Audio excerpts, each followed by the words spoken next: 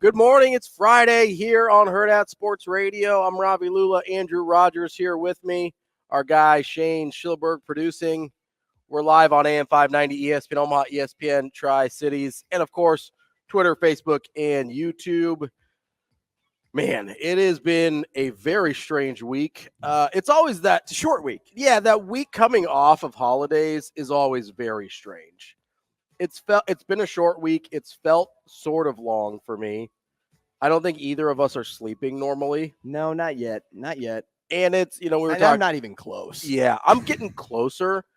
But man, when you have our schedule, it's really impractical to try and keep that schedule when you're off for a week or 10 days or whatever we were, because no one else operates from 5 in the morning until 10 in the morning. And then they're like, well, my day's over. Got to go to bed at 8 p.m. Like no one else operates that way.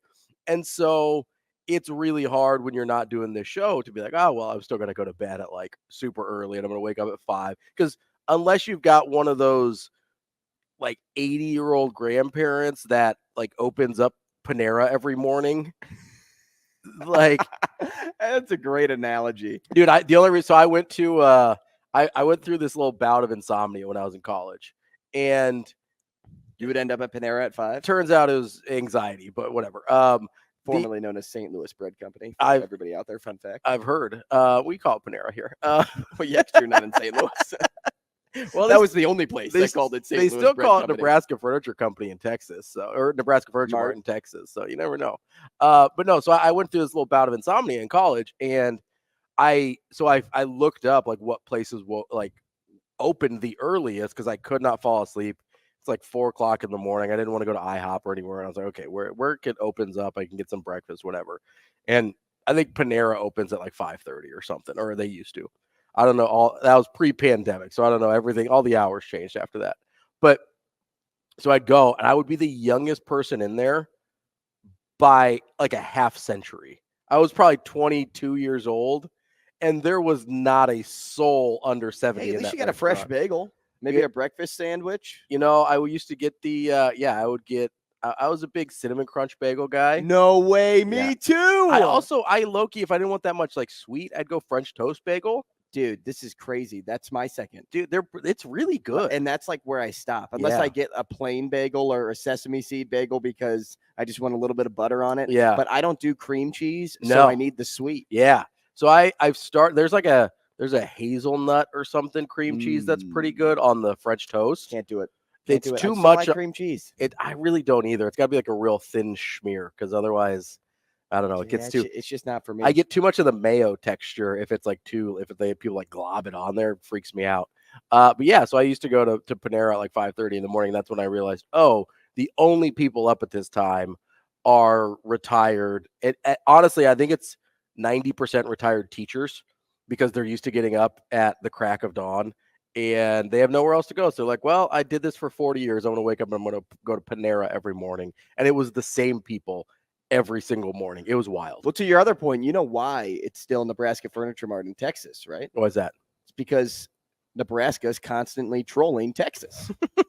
Like they inserted themselves in that state. It's their recruiting ground. That's true. Texas is a powerful player. And so not only just with athletes, but with furniture stores, that's where they have to stay. And the reason, too, is because James Nebraska is a huge Nebraska football fan. The guy that started Nebraska Furniture Mart. I don't think that's his name. That's not his name? No, I think no. So. I think it's a Rose Blum. Oh, Nebraska's not a last name? No. Oh. No. It's I believe it's a native word, I think. Maybe. That may I like sense. James Nebraska more. Yeah. No, that might have been. I feel like that's Shane's alter ego, James Nebraska. What would James Nebraska be in life? Ooh, James Nebraska. So you got Shane in my head now. Oh, come on, Shane. I'm now envisioning him as because in another. He sounds like a door-to-door salesman. That could like a vacuum salesman in the 50s. Maybe. Hello, ma'am. I'm James Nebraska. Here from the home state of Nebraska. He's selling Dyson vacuums door to door. No, I got because you mentioned Shane, and I don't know, Shane. I hope you don't mind me telling people this. In another life, Shane worked at a gas station for a while. And so I had, immediately went to my head. I was like, James Nebraska is the overly friendly guy at a gas station, like the clerk. at a gas station. Why the is Shane walking in there? Yeah, and that's what I'd be. Why? James Nebraska is actually Nebraska's version of Connor Stallion. Oh, But because he has a leg up on Stallions because he didn't get caught. that's true. And I don't think he's so discreet. Yeah. I don't know if he'll ever get caught. Well, to his friends, he's Jimmy Nebraska. So you gotta. No, that's his Venmo. Oh, Jimmy_Nebraska. Hashtag GBR. That's, I don't know how we started there. We got a good show for you today, though. We've got Matt DeMarninis coming up at 8 a.m. to talk about Creighton. They've got a big matchup with Providence tomorrow, although Providence will be missing a major piece in Bryce Hopkins. So we'll check in with Matt DeMarninis, kind of get his thoughts on the early conference season, as well as we might talk to him about what happened the other night with Creighton and UConn women, but we don't have to. We'll think about it. We'll see how the interview's going. At 9, we'll have our guy Mike Sautter to catch us up on the Metro Holiday Tournament in prep basketball. Also a little Nebraska ball. Always Nebraska ball. They are rolling, and he has got a front row seat to it. And then we will wrap up the show with Matt Vrzal, former Husker, owner of Paisan's Pizzeria. Along the way, few things that I want to touch on that we'll get to later. It's Black Monday Eve in NFL football coaching circles. That is true. Because starting tomorrow, you've got the last weekend of NFL football games, and we did this a month ago, 6 weeks ago. Kind of, we talked about some of the coaches. The number we had heard from Schefter is 9 to 12 coaches he thought could get fired.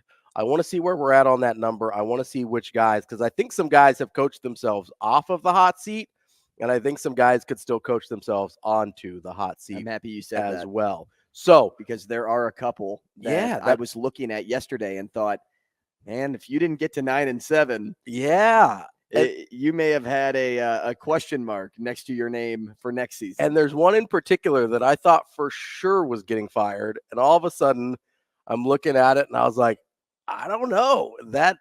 It's become a much more difficult decision. So we will get to the NFL hot seat and the playoff picture, because they're all kind of rolled into one here in about an hour. But until then, some college quarterback breaking, I don't know if it's breaking news, but about dang time news. Some news. Well, there's a couple of them, right? So there's some news overnight. Will Howard, Kansas State, finally makes his commitment to Ohio State. He visited / flirted with USC and Miami pretty aggressively. He met with Nebraska, apparently. Obviously, he was looking for the right fit. And good on him. He's upgraded his situation from, not that Kansas State's a bad situation, but from Kansas State to Ohio State. Obviously, there's a talent difference there. But I'm kind of wondering about this from both perspectives. This seems like a super weird fit to me. Maybe a little bit, but I think after watching Ohio State in that bowl game, when you got a piece of what Devin Brown looked like for a short time, and then Lincoln Kienholz, neither of those guys seemed overly ready to take over that program. Kienholz is the answer for sure. Not next year. Not next year. Yeah. Devin Brown, I think we were talking to Bill Bender, and it just seems a little too early to really assess him. Well, and we didn't get to see a ton of him either. He got banged up pretty quick. He wasn't in there. But also, when you have a guy like Will Howard available, why not put all your eggs in his basket to come in and basically do what every other Ohio State quarterback has been doing for you before McCord?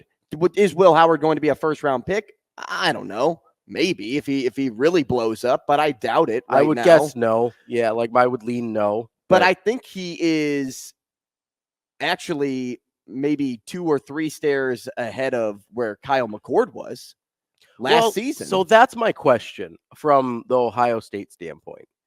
Is Will Howard actually better than Kyle McCord? I think he's further in line. So I think he's more mobile than Kyle McCord. And if that's something that you're looking for, although if I'm remembering off the top of my head here, Will Howard's rushing stats aren't crazy. I think as he's become better as a passer, they've kind of taken away some of the running game from him a little bit, which makes sense. People do that a lot. But I don't know. I don't look at Will Howard. I know he's been really sought after in the transfer portal market. I don't know that I look at Will Howard last year or really at any point in his career and I go, yeah, that guy's way better than what I saw from Kyle McCord last year. I wouldn't go with way better, but I still think he's in front of Kyle McCord in line. And so that's fair. If you want to say they're close, but Will Howard's a little ahead, I can understand it from an Ohio State standpoint. I guess I don't necessarily understand it from a Will Howard standpoint unless he got some guarantees from Ohio State that he would start next year. Because if you're Will Howard and you're trying to go to the NFL, obviously, right? Like that's why he's making this move, I would assume. There's probably some NIL money involved as well. But if you're trying to make this move, you're trying to show, hey, I can run a different kind of offense. I can be more of a traditional passer. I can do this at the NFL level. He's got to play in order to do that. And it's not like, A, they don't have a couple reasonably highly touted guys on the roster already, and B, a super highly touted guy coming in as well in Nolan. So, like, I don't understand for him. And depending on where you look at, Nolan's a 5-star. Like, he's not super far out of the neighborhood of what we're talking about with Dylan Raiola. I don't understand if you're Will Howard, how that makes a ton of sense. Well, you got to expect that this is it. What do you mean? This is Will Howard's year. You would think, this is but it. Like if you're Ryan Day, he's going here for 1 year. No, for sure. But if you're Ryan Day, are you really guaranteeing him that spot? Well, he didn't guarantee McCord that spot last year. Sure. There were so many, and I remember bringing this up. It was probably. But it's different when you're with McCord and you're already there versus you're transferring in for your last year. That's where I don't understand it from a Will Howard standpoint. Well, so again, you have to think about what Ryan Day saw in that bowl game from his other two quarterbacks. Sure. And he couldn't be happy with what he saw out of those two guys. Not to say that, some were limited and the eyes on Devin Brown again weren't long, because he was on the bike for a majority of that game. But when you have a guy in the portal that you can instantly slot in and be an impact guy, keep Ohio State where it needs to be in this conference transition, you don't want to take a major step back in that regard, because think about Ohio State just as a school, right? They have the prowess of being something in the 1 to 6 range. And if you don't take a guy like Will Howard right now, watching Devin Brown and Lincoln Kienholz and then maybe relying on a 5-star true freshman, whatever that looks like, that doesn't get you in that 1 to 6 window. And having a guy that has a ton of playing experience like Will Howard, that could keep you there. Will Howard kept K-State relevant this past season. Yeah, he was good at K-State, they were what, sure, in the 10 to 25 range in the standings? Yeah. He can do that again at Ohio State. Now, also, if you're out there and you're thinking, well, Kyle McCord's stats were way better than Will Howard. No, they're about the same. Kyle McCord had better stats, but you also have to remember Kyle McCord was on a better team. Better talent. So my only issue, and so I agree with you there on the stats aren't crazy different, which is why I kind of looked at him and like, is Will Howard that much better than Kyle McCord? And if we want to give him an edge, that's fine. But my other thought is, okay, what value do you get of a second year of Kyle McCord in the same offense versus Will Howard, who that's K-State and Ohio State don't run the same stuff.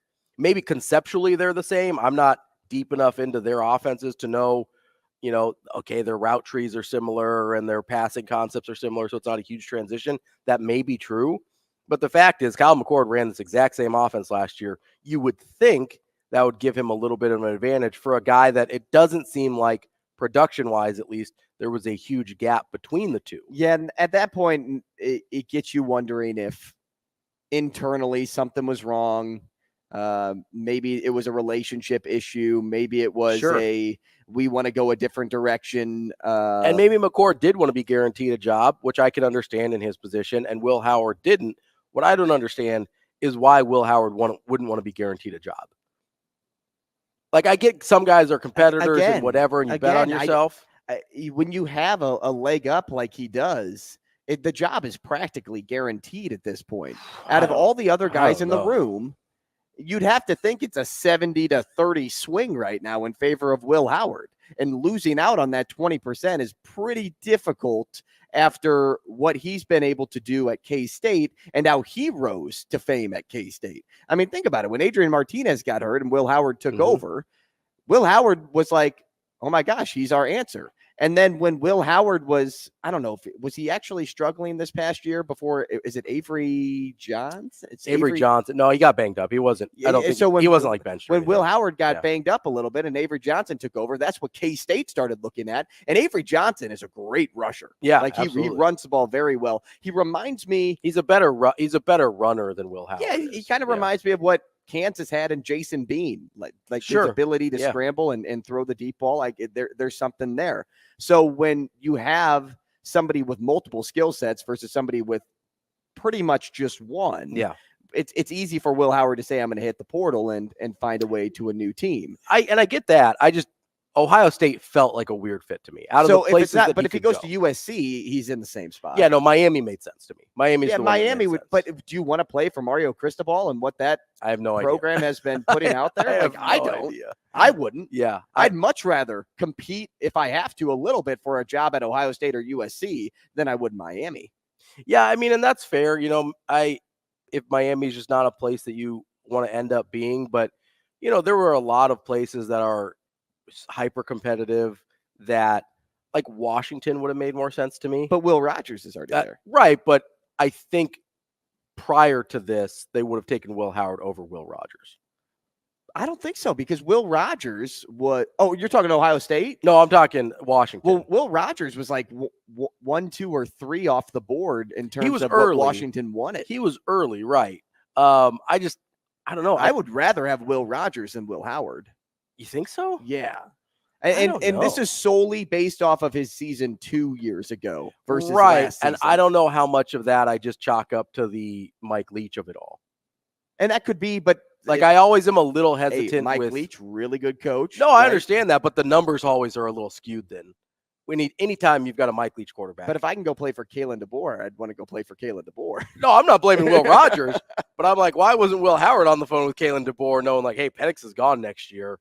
Well, and so it's interesting, and this could be a learning curve for a lot of transfer portal guys going forward. If you get in the portal early, you're probably going to pick the team that you want to play for. Yeah, but Will Howard's in there as early as anybody. Versus get stuck with who's left. Yeah, you don't. And I'm not saying Ohio State is, hey, I got stuck with Ohio State, but Will Rogers had every team to choose from, and he decided early, so he had more options. Will Howard was in the portal about the same time, but he drug his feet. And so maybe he still had a lot of those options, but I mean, you look at the teams that needed quarterbacks that started to, like, would Notre Dame have taken him over Riley Leonard? I don't know, probably not, but Notre Dame was open and closed early. Oregon was open and closed early. I mean, he could have still gone to Florida State probably. They just closed theirs up recently. Yeah, Florida State would have been one that would have made way more sense. I would be, if this argument wasn't Miami and it was Florida State, I would tend to lean your way. Because Florida State's a job that will have success even in the turmoil of that school right now and where they sit in the ACC. Right, but you look at Mike Norvell, you're like, okay, great quarterbacks coach, great offensive mind. What he's done over the last few years has been incredible. But they probably just didn't want him. Because maybe they didn't. DJU is better than Will Howard. I mean, I think so, but in the transfer portal rankings, he was dramatically lower. And that came as a shock to me too. But I also think back to when DJU was at Clemson, he was so highly ranked there. Yes. And then because of the season he had, he dropped so far in stars to go to Oregon State. Yeah. But what he did at Oregon State this year with Jonathan Smith, I think was very impressive. What an 8-4 season. But when he was there, it was 8-3. Yeah. Listen, I like DJU. I think he took way too much crap at Clemson. I think it's a great fit for Florida State. I'm pretty excited about that. They pretty much, I think, narrowed it down to him and Cam Ward pretty early. But that's another thing. You're combating. You're batting next to a guy by the name of Cam Ward. Like when you're at a prospect camp, and you show up and Cam Ward standing next to you after the season he had at Washington State, you're like, well, I'm second tier. Yeah. I mean, I I get it from Ohio State's standpoint. I think that it's smart for them to be like, hey, we've got an established guy. I just don't, if Will, and listen, maybe Will Howard's betting on himself in a way that I think is a little bit not foolish, but I don't know if he's taking the whole picture into account, right? A lot of times guys bet on themselves, and it's a situation where either they're not getting full information from the coaching staff that's talking to them, because like it is recruiting, by the way, like, you know, especially with transfer guys where you don't have a ton of time to build a relationship. You don't have a ton of time to feel guys out. Like Dylan Raiola has been feeling out Nebraska, whether this coaching staff or the last coaching staff, for years, right? How long has anybody in the transfer portal been feeling out the situation they're going to? A lot of times it's like 3 days, right? They are, you know, like the Riley Leonard Notre Dame thing is a good example. That was like 2 weeks tops. Most of that these, was figured out before he even right, entered the transfer. yeah, right. portal. But it took him 2 weeks to commit. I don't know, whatever, right? But you look at a lot of these places, like how long did Kyle McCord feel out Syracuse? They got a new coach, Fran Brown. It was going to be Nebraska. That's what I mean. It wasn't. That's what I mean. So that's how you know with Kyle McCord, it was literally 2 or 3 days, because he went straight from Nebraska basically to Syracuse, who had just hired a new coach in Fran Brown. So even if he had contact with Syracuse before, he didn't know any of those guys. And all of a sudden it's like, yep, I'm going to Syracuse. It's like, yeah, I get from you're from that part of the country. And sometimes you rush it because you don't want to get left behind. And so I respect Will Howard in the sense of kind of taking his time through the process. But even with Ohio State, they came onto the scene super late. How long was he actually building that relationship there? I mean, at most, we're talking about a month with any of these guys. You know, think about this too. And it may not just be a Will Howard thing. It may be an Ohio State thing. Sure. Ryan Day and that staff may have felt pressured by the program to get somebody in there after what they saw in that game, because of maybe fan reaction and booster reaction to, wait a second, we're going to take this big of a step back next year because we're putting the ball in Devin Brown's hand or Lincoln Keenholz's hands, and like those are our two guys. Yeah. No. You got to figure this out. You got to go get somebody. And it could have been a situation of, oh, shoot, now we got to get on somebody's radar in the transfer portal. Will Howard's the best available. We just got to get in his mix, and boom, we can sell ourselves because we have X, Y, and Z dollars that we can throw at him. We can beat anybody. That actually makes a lot of sense, because it didn't seem like Ohio State was super active in the transfer portal market for quarterbacks until after that bowl game. Really recently, right? Until right after the bowl game. And then all of a sudden they're like, ooh, maybe we should give Will Howard a call. So that would actually make a ton of sense to me. Like I said, I get it from Ohio State. Not sure I get it from Will Howard, but that's where he's ended up. You know, there was one other thing I wanted to get to before we take a break here. Alan Bowman from Oklahoma State been granted a 7th year of eligibility. 7th year. So he's not going anywhere, but except for maybe to med school. That might be where Alan Bowman is ending up. Hey, sometimes people go to school for 10 years. Yeah, they're called doctors. That is your update on the transfer portal quarterback situation. Coming up next, we've got more of Hurrdat Sports Radio. Welcome back to Hurrdat Sports Radio here on AM 590 ESPN Omaha, ESPN Tri-Cities. We're live from the Hurrdat Sports Bar and Grill on the H&H Chevrolet stage. I'm Ravi Lulla. Andrew Rogers here with me. Good morning. You can join the show on the Warhorse Sportsbook hotline, 888-638-4876. Or you can email us if you want to, Ravi@hurrdatsports.com or Andrew@hurrdat.com. Or on the Twitter machine at Andrew Rogers CC or at RA Lulla. Lots of ways to get involved with the show. But if you email me, you have to CC Robbie. Yes, you have to CC me on the email, but you have to CC Andrew on the Twitter. That's right. That's how it works. We were talking about quarterbacks and Will Howard, his decision to go to Ohio State. We mentioned briefly Alan Bowman. Bauman. I don't know how to. I think it's Bowman. I think I said Bauman. Going to school still, taking a few classes. Yeah, he got a trying to get into every sporting event of eligibility. You know what? I think there's a guy I'm pretty sure there's a student at UNO that does that stays enrolled so he can go to the games for free. Like he takes one class every semester, like one online class. I'm pretty sure that's a true story. That is that's commitment. That's commitment to the Mavs. We appreciate a hardcore fan like that. So yeah, maybe that's what Alan Bowman's doing. He's just trying to keep his student tickets alive. I'm not sure, but yeah, he'll be back for 7th year. So enjoy, I guess, Zane Flores, and enjoy the view, because it doesn't seem like you're getting on the field next year either. But who knows? We'll see. Maybe he'll beat him out. Maybe he'll beat him out. So maybe Bauman's knees are just going to give out. They might be so old. Well, he probably needs a hip replacement at this point. Yeah, so I'm like, man, somebody get this man a walker. Bauman, who knows? But he's old. He'll be playing college football for 7 years. And hot take, I think that's too long. 7 years? Yeah, I think you sure? I think it's too long. Didn't Aiden O'Connell play for 7 years? 6, I think. I think he was 6. 6 is my limit. Oh, is it? Yep. It's most people's limit. 6 is my hard cap on college. Just nope. For college athletes, at least. If it took you 9 years to finish your undergrad, I don't care. That's fine. Well, and you also have to remember, too, when it comes to eligibility, at some point, the NCAA is going to have to speed this thing up. Fortunately, NIL is here so that it can act as a separate scholarship when the team runs out of scholarships. Yeah. But it's really going to hinder what high school kids come in, because you choose to stay for much longer than you're welcome for. Well, I mean, apparently he's still welcome back, because they don't have to honor the scholarship after 4 years, right? Or 5 years. I don't remember. Yeah, but when you're there for 7 years, he's probably got he's a tenured professor. He's got a mortgage. Yeah. You don't want to leave, because if you leave, his oldest child, I think, is going to be a freshman at Oklahoma State, but by the time he leaves, I bet he leaves with a pension. His wife is faculty, I'm pretty sure. I'm just kidding. I don't know any of this. He's very old. That's the point. That's the whole story. I'm also very old in a different way. And one of the things this very old person has a ton of nostalgia for is coming back this summer. And that's the NCAA football game. That is true. I think I'm going to, I think I'm going to have to buy like a PS5 or something, because I don't have one currently. I mean, they have to make it for the PS4 too. Well, I don't even have a PS4. I know, but I think you could get a cheaper system. Maybe. So that you don't have to splurge on the newest thing. Yeah, I kind of want to, though. If PS5 is sick. If I'm being honest, I don't have one. Yeah. Like, I've played it. Yeah. It's really cool and highly advanced. But again, like, maybe here's what we should do. Yeah, I'll buy the game. Okay, you come over, play the game with me.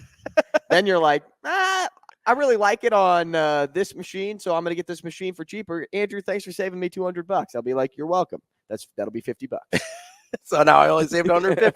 But one of my favorite things about that game, which I'll have to figure it out, and I'm sure I'll get advice from the listeners on which system to buy and whatever and all that good stuff, because I haven't bought a video game system since the Xbox 360.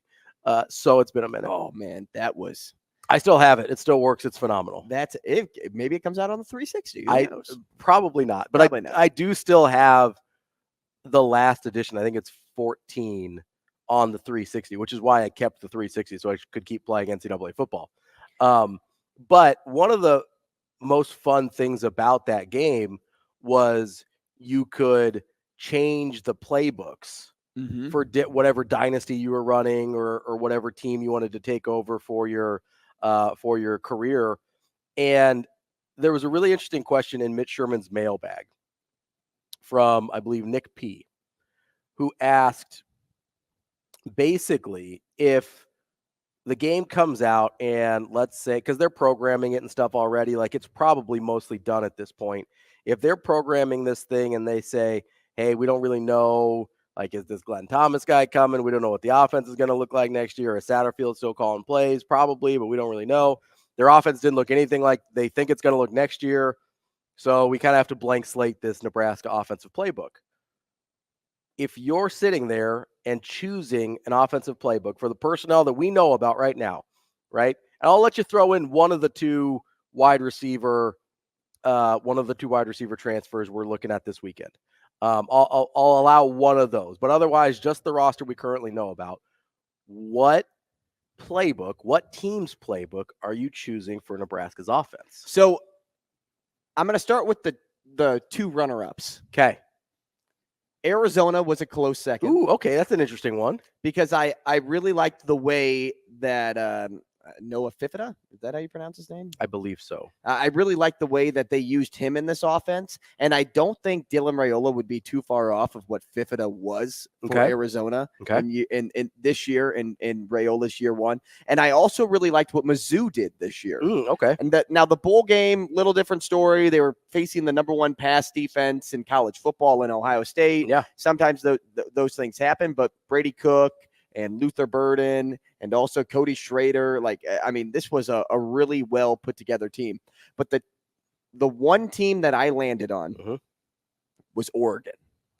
Oh, okay. So I loved the way they mixed in the run and the pass this year, and especially after that Washington loss, they kicked it into high gear. Yeah. And they were scoring a ton of points, and they were gaining a ton of yards. And yes, you can look at the stats and say, well, second in scoring offense is great. Second in passing efficiency is awesome. They were 88% in the red zone. They were first and first down offense. In the passing offense, they averaged 7.81 yards per play. In the rushing offense, they averaged 5.89 yards a rush. Look, stats are one thing. But what I'm getting at is why I bring these up is because the style of offense that Oregon ran put Bo Nix and Bucky Irving in the best possible situation to succeed. Okay. And they mixed it up so well that they kept the defense guessing, and that's why they were able to put up points like that. That's why they were able to be so highly successful on offense. Now, did it work out for them in the end? Obviously not. I mean, they got a bowl win, but they didn't get the Pac-12 championship. They didn't get into the college football playoff.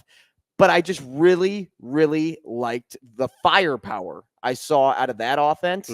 And so if I can carry that over, if I can sprinkle a little bit of that firepower into Nebraska, I'm not saying Dylan Raiola can be what Bo Nix was last year, because that would be insane. Not as a true freshman. That would be absolutely insane, and he would have to be the Heisman winner just because you have to take that into account. Lock it up, send him to New York.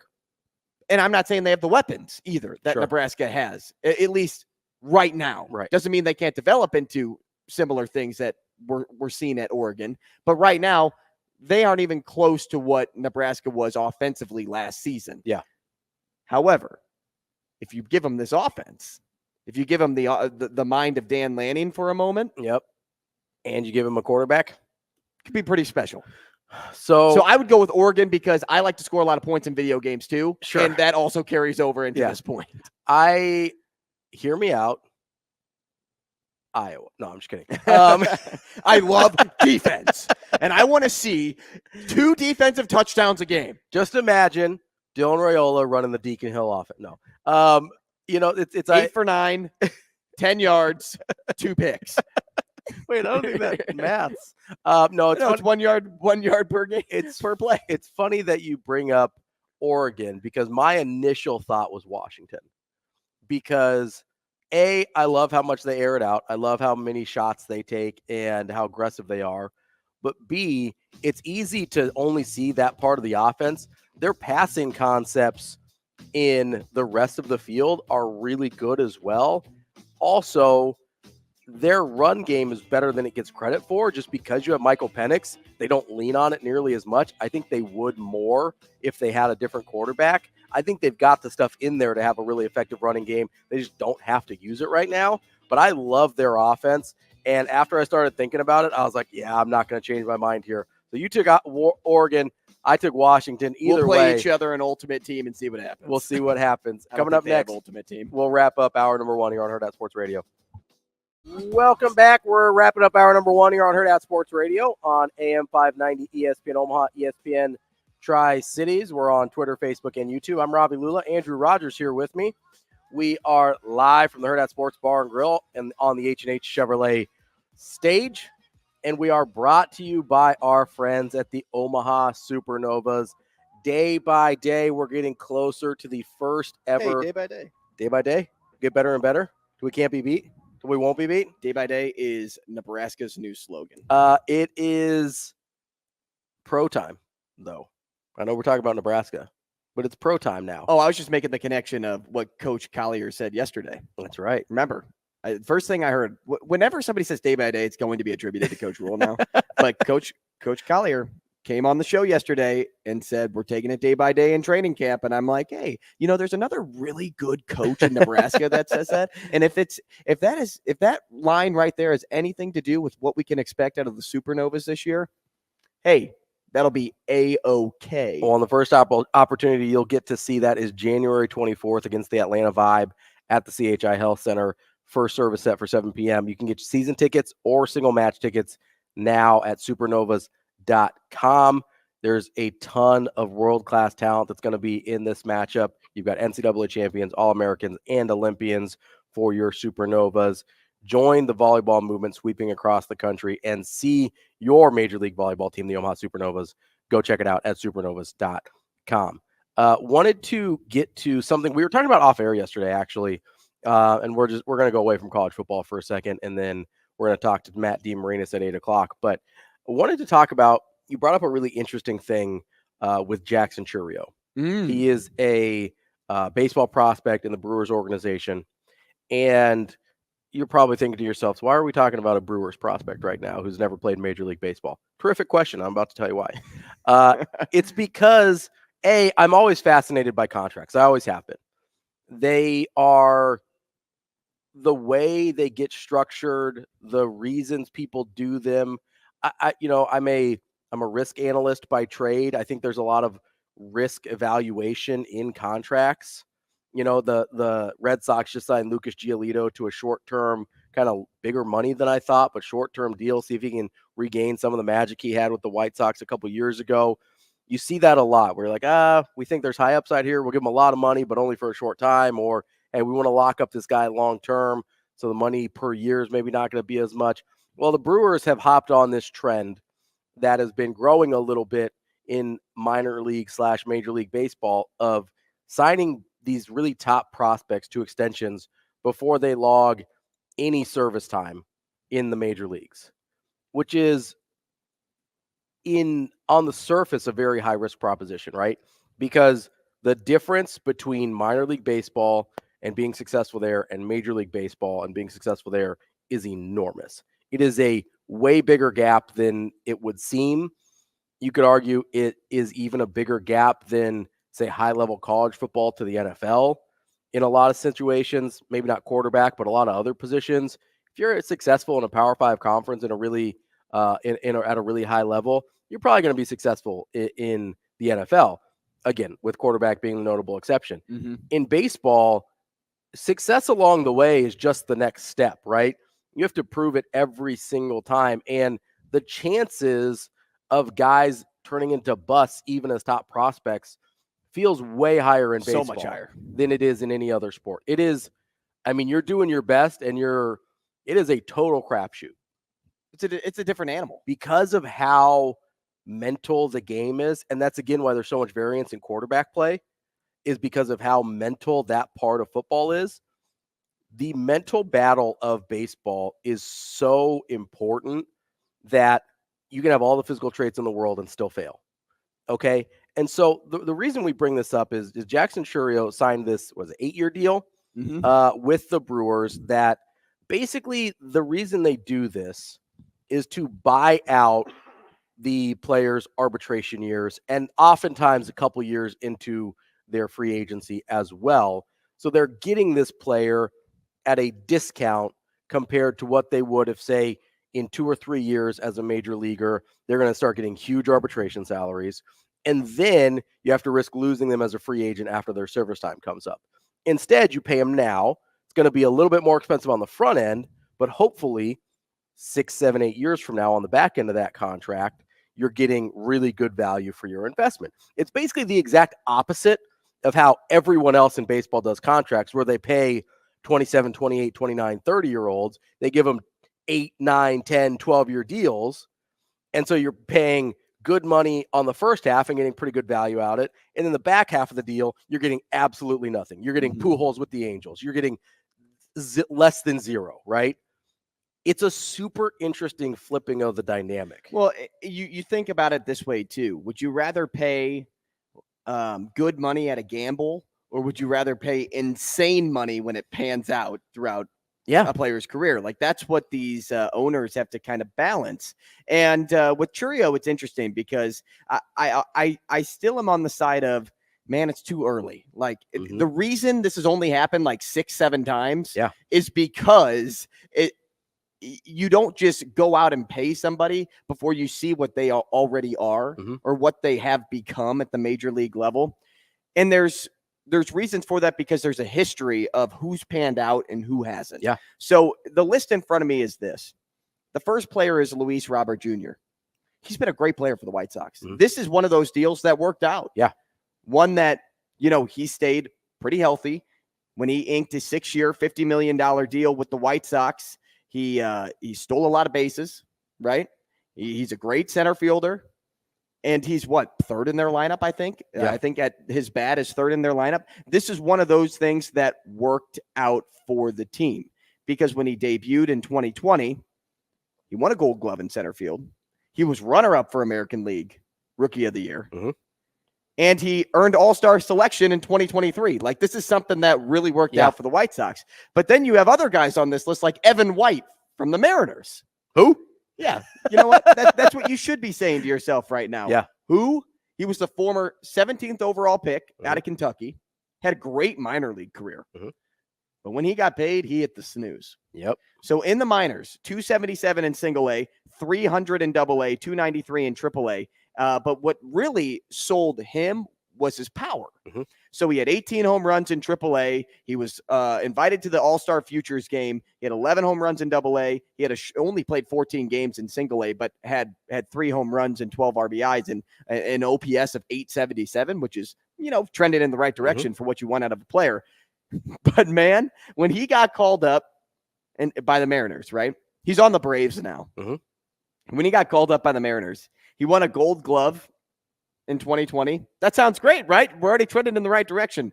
Guess what he hit in Major League Baseball? Oh, no. Guess what his 1 year in Major League Baseball looked like at the plate? He was his average? sub Mendoza, wasn't he? He was sub Mendoza.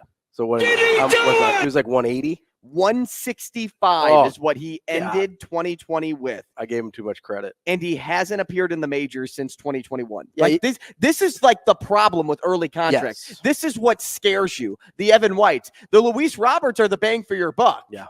But the Evan Whites are kind of what you fall more into because not only is it Evan White, there's a guy by the name of John Singleton, also known for his power. Who? Also a first baseman. Also a who? He plays for the Astros now. And back then, when he got this contract. And a bunch of teams in between.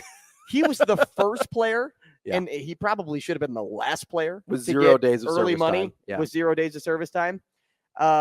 His OPS was 620 in 362 plate appearances, Ravi. Yeah, that's not very good. 620.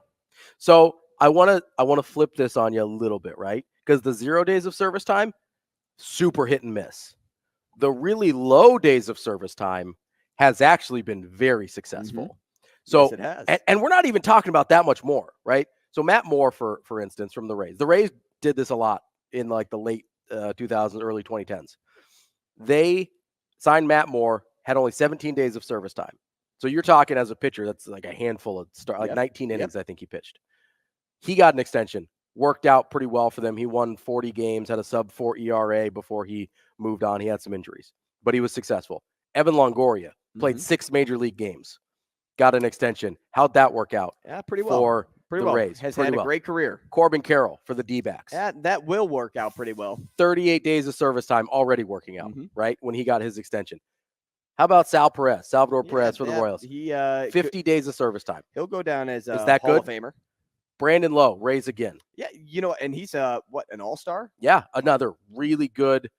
He's got back-to-back top 10 MVP finishes in 20 and 21. Really, really good player. So you're talking like and then you've got Wander Franco in there too, who on the field, really, really good. I'm only talking about on the field. I'm just talking about on the field. That's going to work out for the Rays. I'm just talking about on the field. From a baseball standpoint, it was going to work out.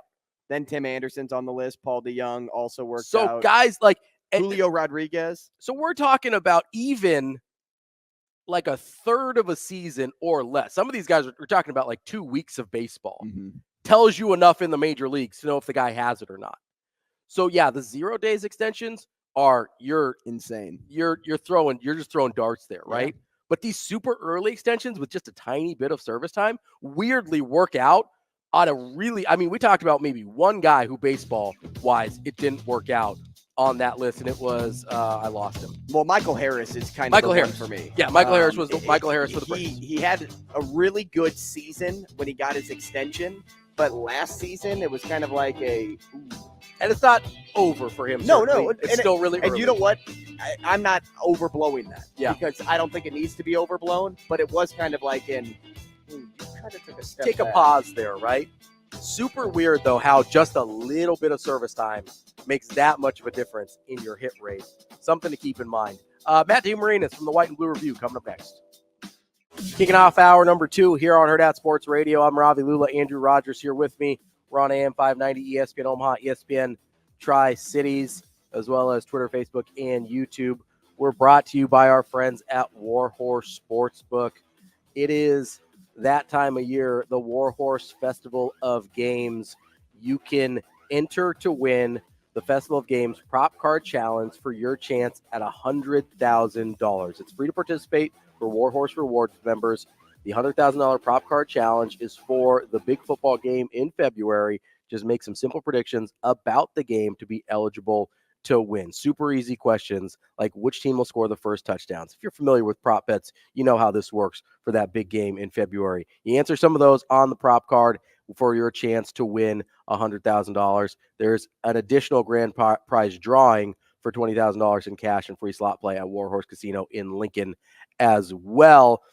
That is a really important distinction. You have to go to the casino in Lincoln to be part of the Festival of Games Prop Card Challenge or the grand prize drawing. So make sure you head down to Warhorse Casino in Lincoln for that. Or if you just want to place your regular bets, you can go to the casino in Lincoln, or you can go to Horseman's Park in Omaha, where you can always place your bets. I know that's where Andrew's going to go this weekend. He's got to hang out with his dog for a little bit. I think he might just go to the Horseman's Park and play some bets for a few hours. Watch some games. You think they'll let my dog in? Listen. Does she need an ID? We'll Are you guys going? She's in dog years. I mean, she's well over 21. I think as long as she's got an ID, she's fine. Yeah, you'll be all right. Yeah.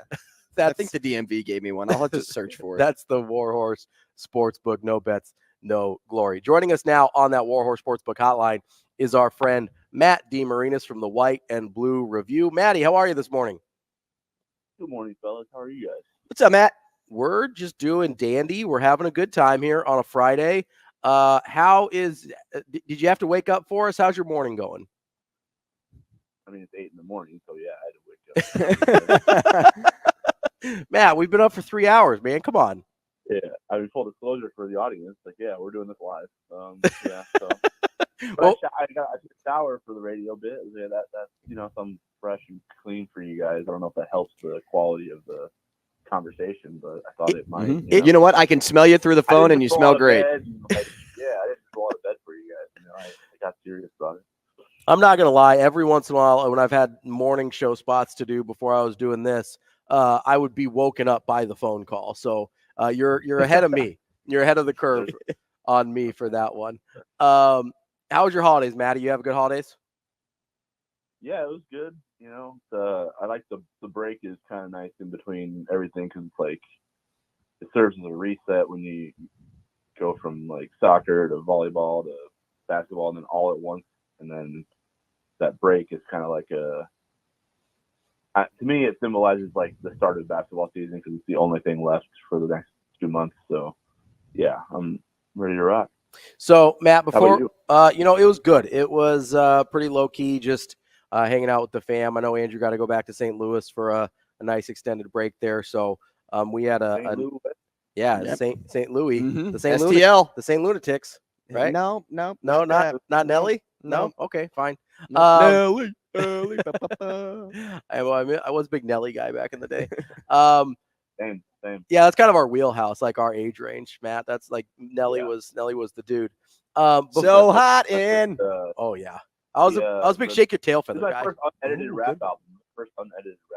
Oh, that's like a really that's a milestone. So I got a funny story for you guys quickly here about Nelly.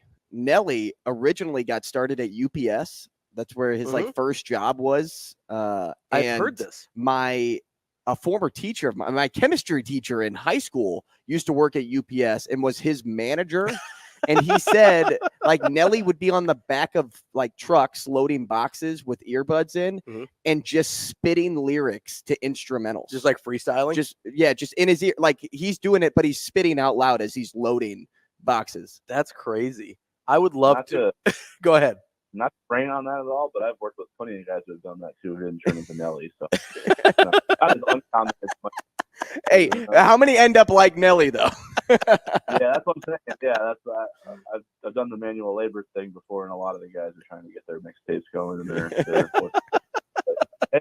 Let's just say he wasn't at UPS very long. Yeah, you just like come around because you're like, hey, you might turn into something, and I'll be like, hey, that dude. Well, I saw the beginning, but I haven't met my Nelly yet. I guess if that makes sense. One of these days, you'll meet your Nelly.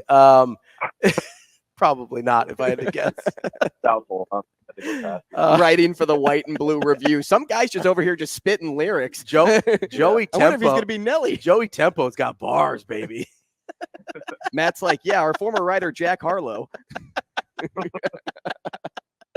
Actually, it was Ed Sheeran. Weirdly enough, I don't know. Well, I don't know if he's really spitting rap lyrics. He tries sometimes. It's funny. He kind of gets close. Castle on the Hill, right? I don't know what we're talking about. We're talking with Matt DeMarninis from the White and Blue Review.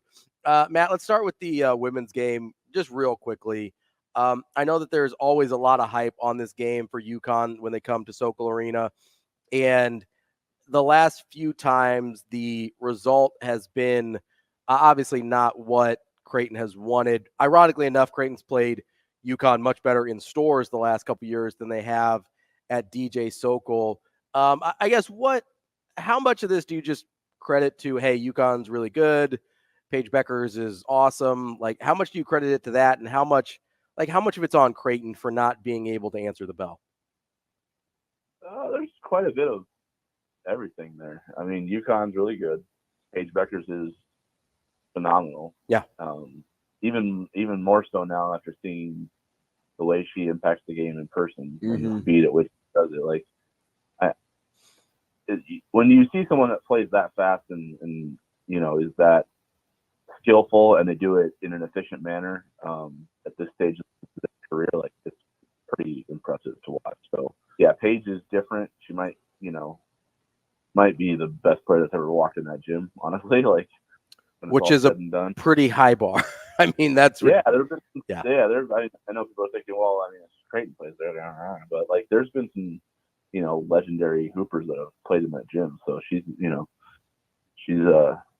got a high bar to clear. But I think what you saw the other night was pretty special stuff in terms of the things she did on the floor and the way she impacted the game, and just she doesn't make mistakes. It's like crazy. She's a overwhelmingly net positive for UConn, And then the other part of it is like, yeah, Creighton played terrible. I mean, just didn't do any of the things that they need to do to beat a team like that. It wasn't just about shots not falling or, the type of shots they got. It was just, the attention to detail with, communication offensively and defensively, attention to detail and scouting report things. And, it was just a complete debacle. And, props to Flan, because, like, he tried to send a message to them that was unacceptable, and it got really, really ugly in terms of the final score, which dinged their metrics quite a bit more than like a 20-point loss or a 25-point loss would have, and if they had scored more, But he pulled the starters and kind of sent a message that I'm not going to play you through that type of performance anymore. So I think they were worried about some of the habits that were creeping up. But it was tough because they were winning games. They were finding a way to get it done. So it's kind of tough to, I guess, get that message across when a team is having success on the scoreboard. Hopefully, I think the hope for him now is that, getting 40-pieced in your own gym when you feel like you went into the game with a chance to win it. Like, that's when you feel like you're going into the game and it's you believe that you are good enough to win the game and you lose by 40 plus. That's kind of eye-opening for you, right, as a competitor. So, Lauren Jensen said it hurt her pride to be out hustled to the degree that they were by UConn after the game. So it served as a bit of a reset in terms of the things that Creighton's doing that just, aren't top of the line stat sheet specific. So we'll see how they bounce back from that and how they grow from that, because they're definitely better than minus 44 versus UConn, even as good as UConn is. Matt, is Gino Auriemma the best coach you've seen in person? That's a good question. So I've seen Coach K and Bill Self square off, so that's pretty high on the men's side, I think. Yeah, it's about as good as it gets on the men's side. I mean, we've seen Jay Wright a bunch. Yeah, we see Jay. I'll take Jay Wright over just about anybody. Yeah, Gino's different. I'll tell you, he's very unique. His pressers are very unique. He's very, very thoughtful and thorough in his answers.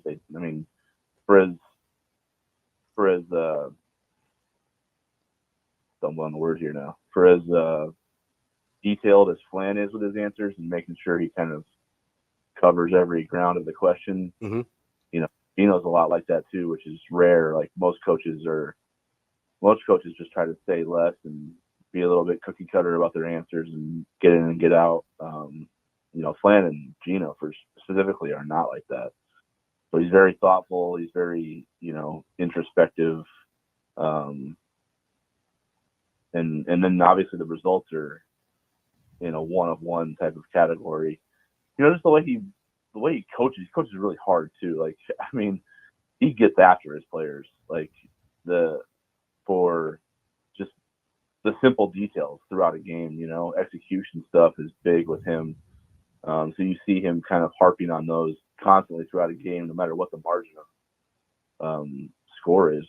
So that's impressive to me, because his process, I can tell by his demeanor on the sideline that his process is like that pursuit of perfection, and you can see why they've been as good as they've been over the course of his coaching career, because he doesn't allow for slippage, even no matter if they're up by 30, he'll coach them.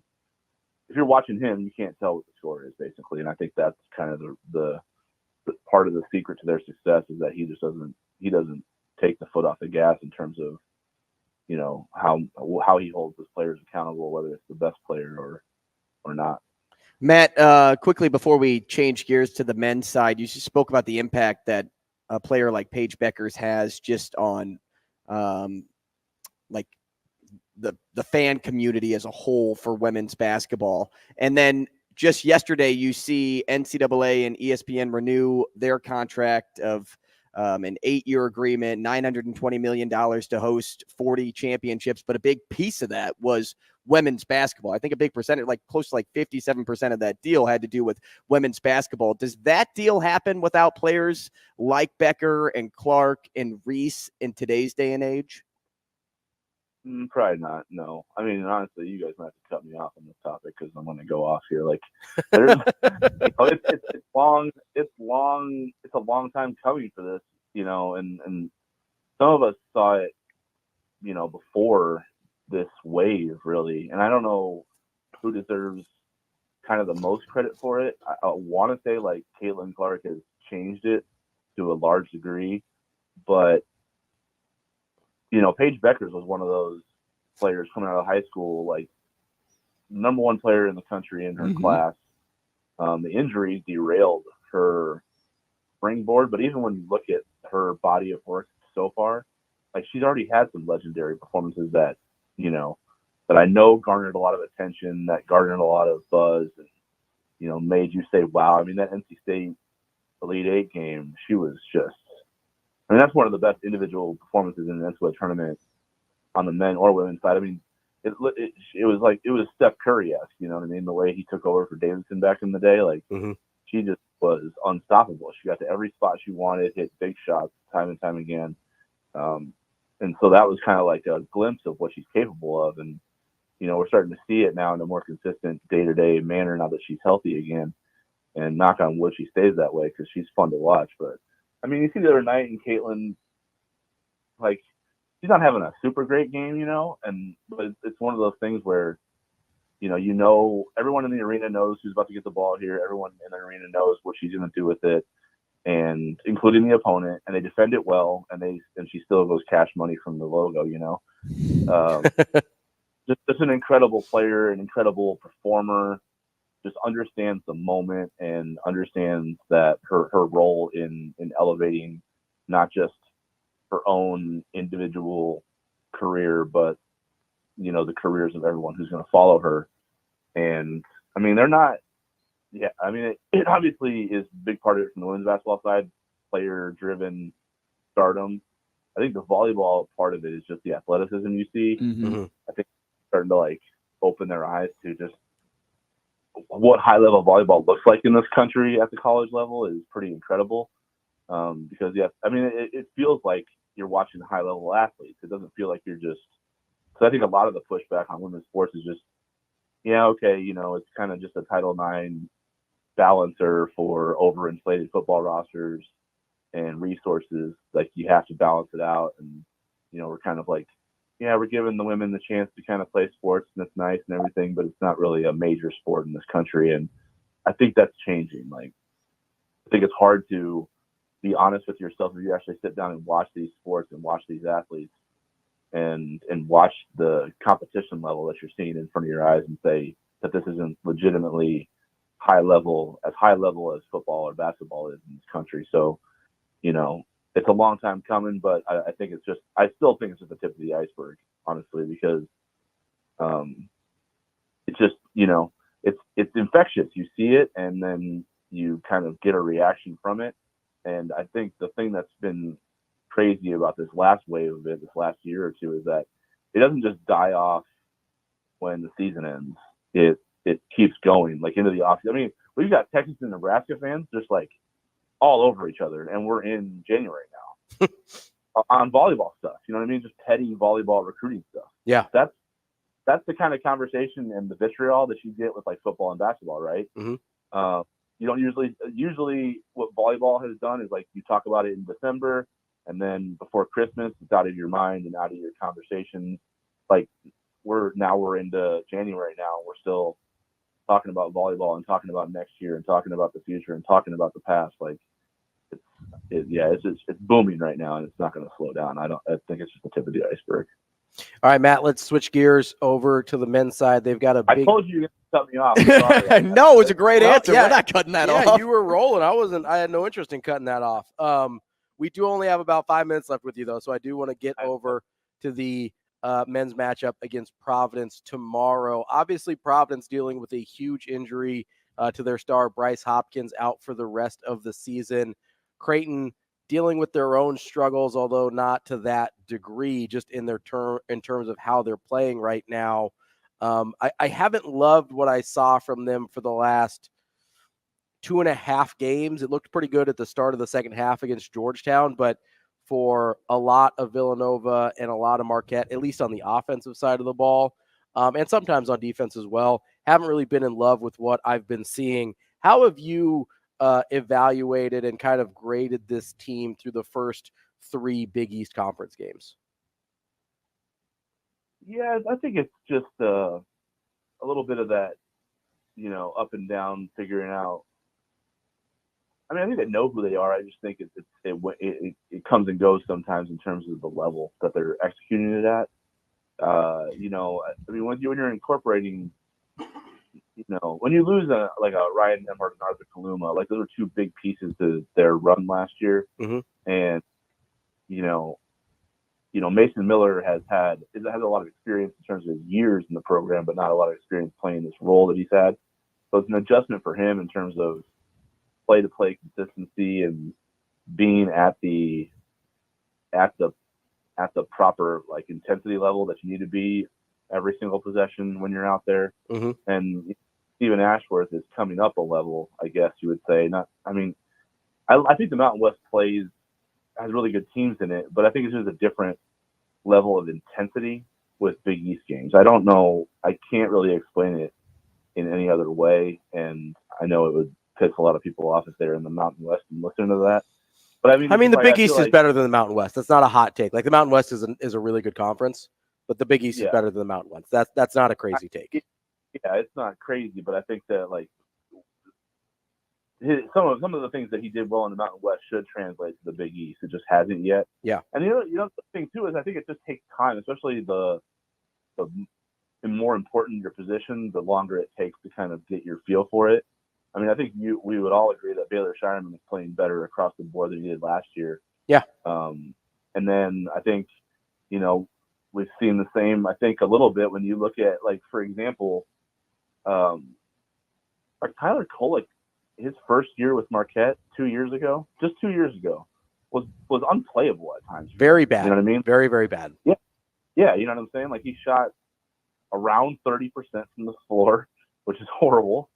And especially as a primary point guard. And, now we think about him as the best point guard in the country, if not top 3, right? Like, so it just takes, there's an adjustment phase right here that it doesn't come right away for everybody, And I think that's what we're seeing with Ashworth, especially in terms of his shot making, because, I think there's just a little bit of a timing aspect to it, like, because he's missing open shots at a higher rate than he missed them, in his career, and you're thinking, well, they're open shots, so what's the difference? Well, I mean, the difference is the timing is just like closeouts are faster, harder. There's a longer, more physical athlete, both knocking you around and coming at you on the shot. Mm-hmm. So just the timing is different, and he's not as comfortable probably as he was, last year. So that's a little bit of adjustment. But I think there's other things that are happening that are good. His assist to turnover ratio is really good. His pace is really good. I think you can see that his impact, is good enough for Creighton to be an elite team.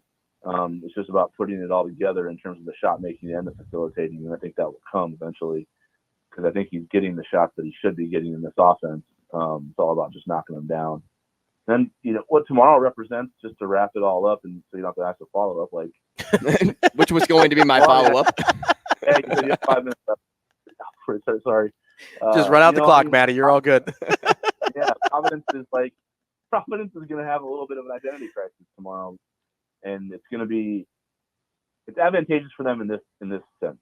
Creighton doesn't know what they're going to do. Creighton have a plan for how they're going to come out and how they're going to approach the game and how they're going to look without Bryce Hopkins, but they don't truly have a feel for it, and they can't truly prepare for it. So Providence has an advantage there. Where they have a disadvantage is obviously Bryce Hopkins is a stud, and when you look at their on-off splits in terms of their, per 100 possessions, it's a nightmare difference for them. So they have to shore up a lot of deficiencies that aren't going to be replaceable by plugging someone else into the lineup. So they need someone to step up, and I don't think it needs to be one person. I think one person needs to play better than they've been playing so far this season. When you look at a Corey Floyd or Rafael Castro or a Ticket Gaines, one of those guys needs to be dramatically more consistent than they've been so far this season. And then everyone else that's kind of been dependable for them so far this year just needs to be incrementally better. A few percentage points. That's our friend Matt DeMarinis from the White and Blue Review. His phone apparently was telling him that it's time to go also. It's cutting out there at the end.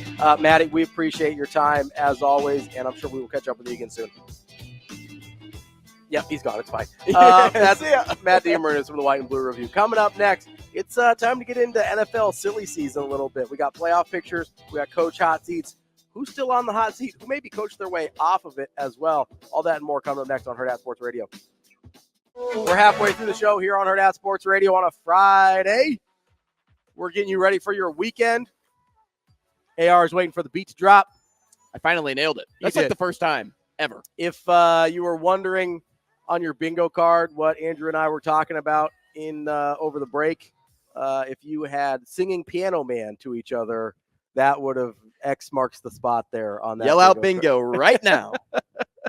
We are live on AM 590 ESPN Omaha, ESPN Tri-Cities. Want to thank Matt DeMarinis again from the White and Blue Review. Super good stuff there on men and women's college basketball and Creighton in general. Really appreciate his time. Make sure you go check out their work on White and Blue Review. But certainly it's warming up here in the second half. The second half of the show, we're going to warm up a little bit, Shane. I don't know. I hope It so. looks pretty chilly outside. It does still. look a little chilly. Hold on. Now it's the second half of the show. It's now 8:30. Officially, yes. We are going to be talking to our guy Mike Sautter here at 9 and Matt Vrzal at 9:45. But right now, it's everybody knows this about me. I love coach movement. I love the silly season contracts. You I love do. Coach movement. All of you the hate Shane. No, we love Shane. I said you. Oh, okay. I love Shane.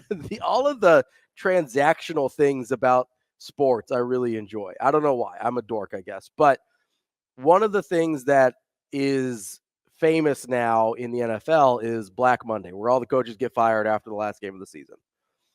We are on the eve of Black Monday, even though it's a couple days away. This is the last day before the Week 18 games get kicked off tomorrow. We did this exercise a little bit about a month ago, I think, where we went through, maybe a little over. Yeah, I think 6 weeks ago, something like that, where we went through a lot of these franchises that we thought could fire their coach or already had fired their coach. I think just the Raiders at the time had fired their coach. The Chargers hadn't yet. The Panthers hadn't yet either. And at the time, Schefter was reporting he thought 9 to 12 was the number of coaches that could be replaced this year. And as we get a more accurate playoff picture, not totally decided yet, but we're getting close. You have a pretty good idea of who's going to make this thing. The AFC South has a little bit up in the air. The NFC South has a little bit up in the air because those two divisions are trash. But outside of that, you've got a pretty good idea who's going to be in the playoff picture. You've still got some tiebreakers to work out between Atlanta, New Orleans, and Tampa, as well as between Jacksonville, Indianapolis, and Houston. Pittsburgh is in that mix in the AFC as well. And then Buffalo almost certainly will make the playoffs, but hasn't technically clinched yet. They'd have to have a confluence of events to not make the playoffs at this point, which would be a flat-out disaster, by the way, and leads me to my next point here of the coaching silly season.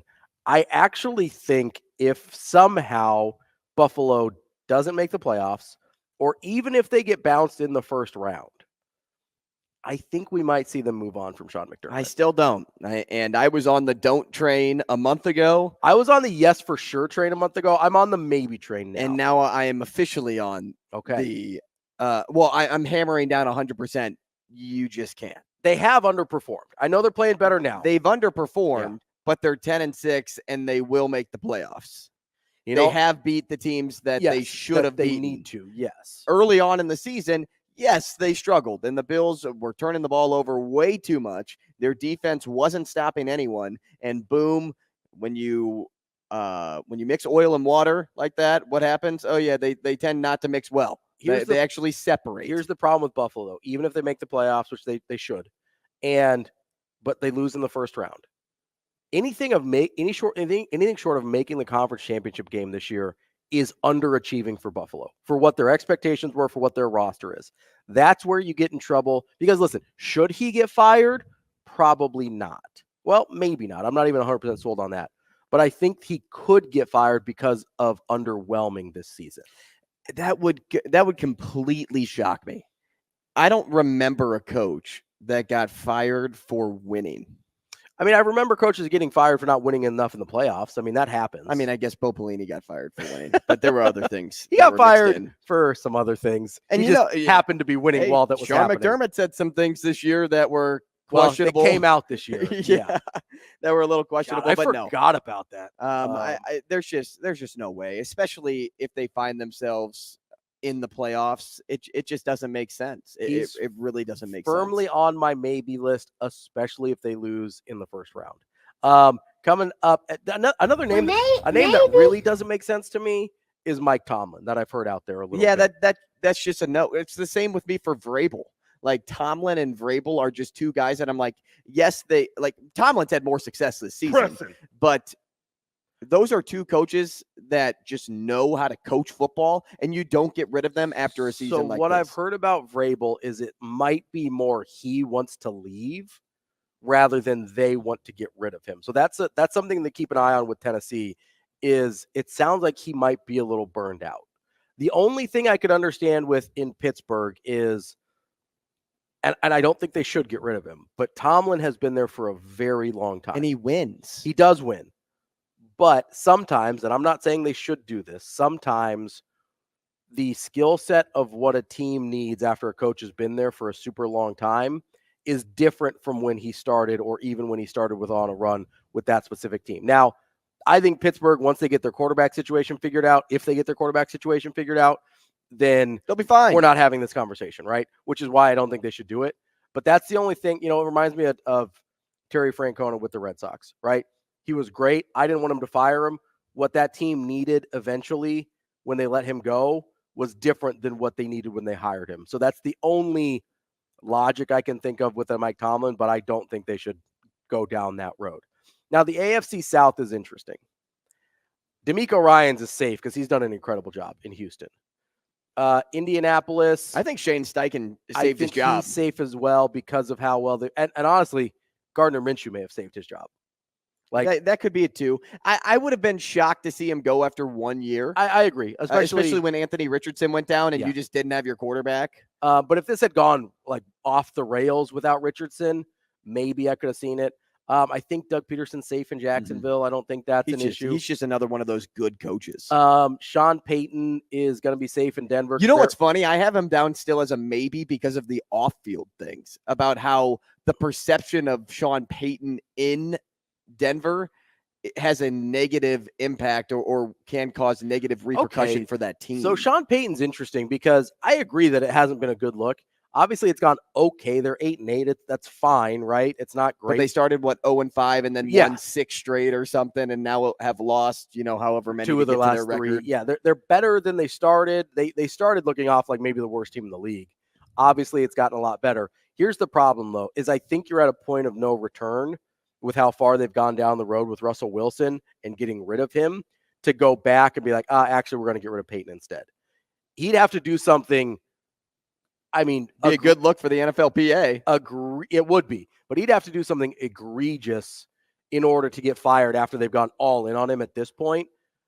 And I think it's funny because I don't know if we talked about this a couple weeks. I don't know if Sean Payton's that guy. Like, I don't know if he's that dude. It has been a very long time since he won that Super Bowl. He's kind of just been okay since then. And who won the Super Bowl? That defense? Drew Brees? Yeah, right? It's like, okay, maybe is he this guru that we all talked about, or is he just Mike McCarthy with better PR?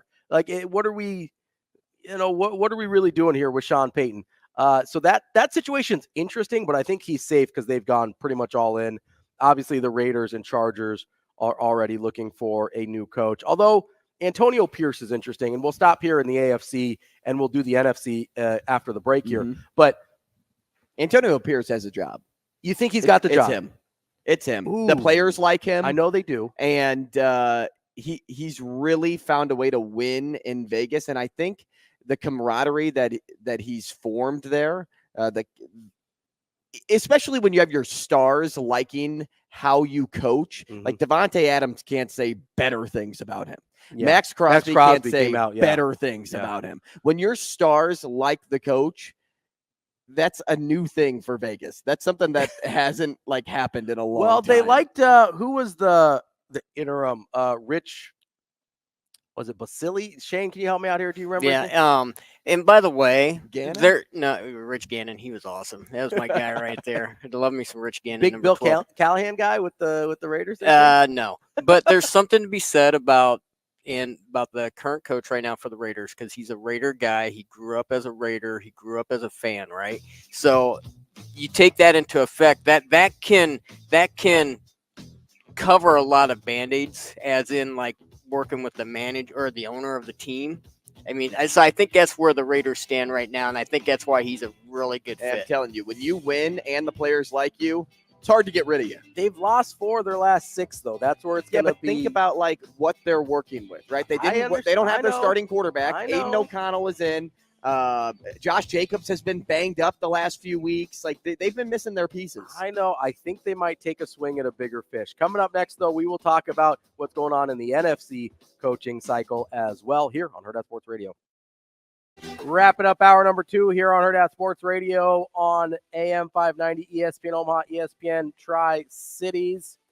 We are live from the H&H Chevrolet stage at Hurrdat Sports Bar and Grill. Want to tell you about our friends at Dingman's Collision Center. They are the best in Omaha, voted best of Omaha for 18 years running. That's a really long time. Mm-hmm. They've been voted best of Omaha for so long that their best of Omaha-ness could vote. They could graduate high school. That's how long that Dingman's Collision Center has been voted best of Omaha. They've been in business, family-owned and operated in Omaha for over 25 years. They've got 4 great metro area locations. They can work on whatever you bring them, Teslas, Fords, anything in between. They've got the latest technology because they invest in it. It's an ever-changing industry. Cars are changing and getting weird and more complex all the time. I couldn't work on them when they were simple. I certainly can't do anything with them now, but Dingman's has me covered. They also invest in the community with their Give Back program. They give back to the community with every car repaired. Go check out dingmans.com for more information. Continuing on our NFL hot seat and going on to the NFC. We disagreed a little bit on the Raiders and Antonio Pierce. It's hard to know what the Raiders are going to do because their franchise is a bit of a dumpster fire when it comes to head coaches. I was giving Shane a hard time. Don't you have to have a new coach every 2 years? That's actually not a rule in the NFL. You aren't legally obligated to fire your coach. Actually, yes. In Las Vegas, or at least Oakland/Las Vegas, the rule is you have to have a new coach every 2 years, and you can't sign any of your first-round picks. I mean, we're trending in the NFL not to have your starting quarterback that starts in week 1 be the starter in week 14, now. So what's the difference? I mean, you switch it out like quarterbacks. I don't think that's what you're supposed to do, Shane. That's we could talk off air about how franchises are supposed to be run, but that's okay. So moving on to the NFC, there's obviously some ones that I think are safe. Anybody that's making the playoffs, although I will say. Oh, and now, so in the NFC, it's okay if you're making the playoffs. Well, but not in the AFC. Well, hold on. I stopped myself there because I'm not 100% sure if Mike McCarthy in Dallas, if they get bounced early, because Jerry Jones is a little unpredictable. And did he fire Jason Garrett when they won? I think so. I think they made a playoff appearance in the year that he got fired. I'd have to double check on that. But the Cowboys are good. They're probably not Super Bowl good this year. And they're close. That defense, they're just inconsistent. If they could get more consistent, then they would be a lock, I think, for an NFC championship game. So the reason I look at them as kind of a tier below is because of what happened to them against the 49ers earlier this year, where they just got absolutely boat raced. And I just, when they have played the top level teams, now they played the Eagles closer than they played the 49ers, and then they won against the Eagles pretty convincingly later in the season. But I don't know how much of that was also when the Eagles started to have their slide as well. I don't know how much of that's the Eagles. I don't know how much that's the Cowboys. I think when you look at how they've played against some of the top teams in the league, I don't know if Mike McCarthy can survive an early round playoff exit. So Dallas did fire Jason Garrett. Well, I was about to say Jerry Jones. No, he's still there. Yeah. The Cowboys did fire Jason Garrett after an 8-8 season, missed the playoffs. Okay. So that makes sense. Yep. But also, if you take a look back at his playoff history, which he only made the playoffs 3 times with the Cowboys, he lost in the divisional game every single time. Right. And so there wasn't a lot of success there. But yes, in terms of Mike McCarthy, I didn't think he'd still have a job up to this point in Dallas. Yeah, I think he's been underwhelming. I thought he used his extended stay coupon or something with Jerry Jones. I'm not sure because, I could have seen him get fired last year, maybe a year before that. Yeah, especially, last year losing to the 49ers in the divisional game was, especially after losing to the 49ers in the wild card game the year before, like back-to-back years losing early to the 49ers. I don't know. I think that probably sits with Jerry Jones even worse than it would with other teams because of the history between the two franchises. If they get bounced early again this year, I just don't think maybe I'm just too scarred by that 6-10 season he from had that when the he first got year. there. Yeah, I mean, I just didn't think Mike McCarthy ever was a good fit in Dallas. Yeah, it always seemed weird. I mean, it always seemed like a weird fit. Because he has won a lot over the past 3 seasons. Yeah, regular season for sure. He's probably won like 35 games there. Yeah, so he's 12-5 the 2 years previously, and then 11-5 this year. Could be 12-5 for the 3rd year in a row. So yeah, he could win 36 which games. Is very solid, right? But in Dallas, it's not about regular season; it's about postseason, right? And so that's where he's the one guy I think in the NFC that I look at and say, making the playoffs probably doesn't cut it there. The other that's a maybe still for me. Yeah, I don't think it's a for sure. I think it's a maybe. I'm in the same place with him and Sean McDermott, honestly. I think they're both maybes in terms of how their playoff performance goes. Like I said, I don't know. I feel like if you make the playoffs, there's just no way I can get behind somebody that fires their coach. Now, if you have some history to go off of, like, hey, Sure. if they lose to the 49ers again 3 years in a row, then maybe that's a tough pill to swallow. But I think it's a better chance in the East outside of the playoffs. Ron Rivera is getting fired for sure. And you would imagine. And Dayball, yeah. I think, is somebody that is he may lean more to the maybe side of things than he does to the for sure side of things. Because he was good last year. But I don't think what we saw out of the Giants this year was anything close to what projections had them at. Now, Daniel Jones, of course, getting hurt didn't help, but Daniel Jones isn't the answer either. Yeah, so there's 2 problems there, right? Is Daniel Jones gave you a little bit of false hope last year if you're the Giants and thinking that he might be the guy.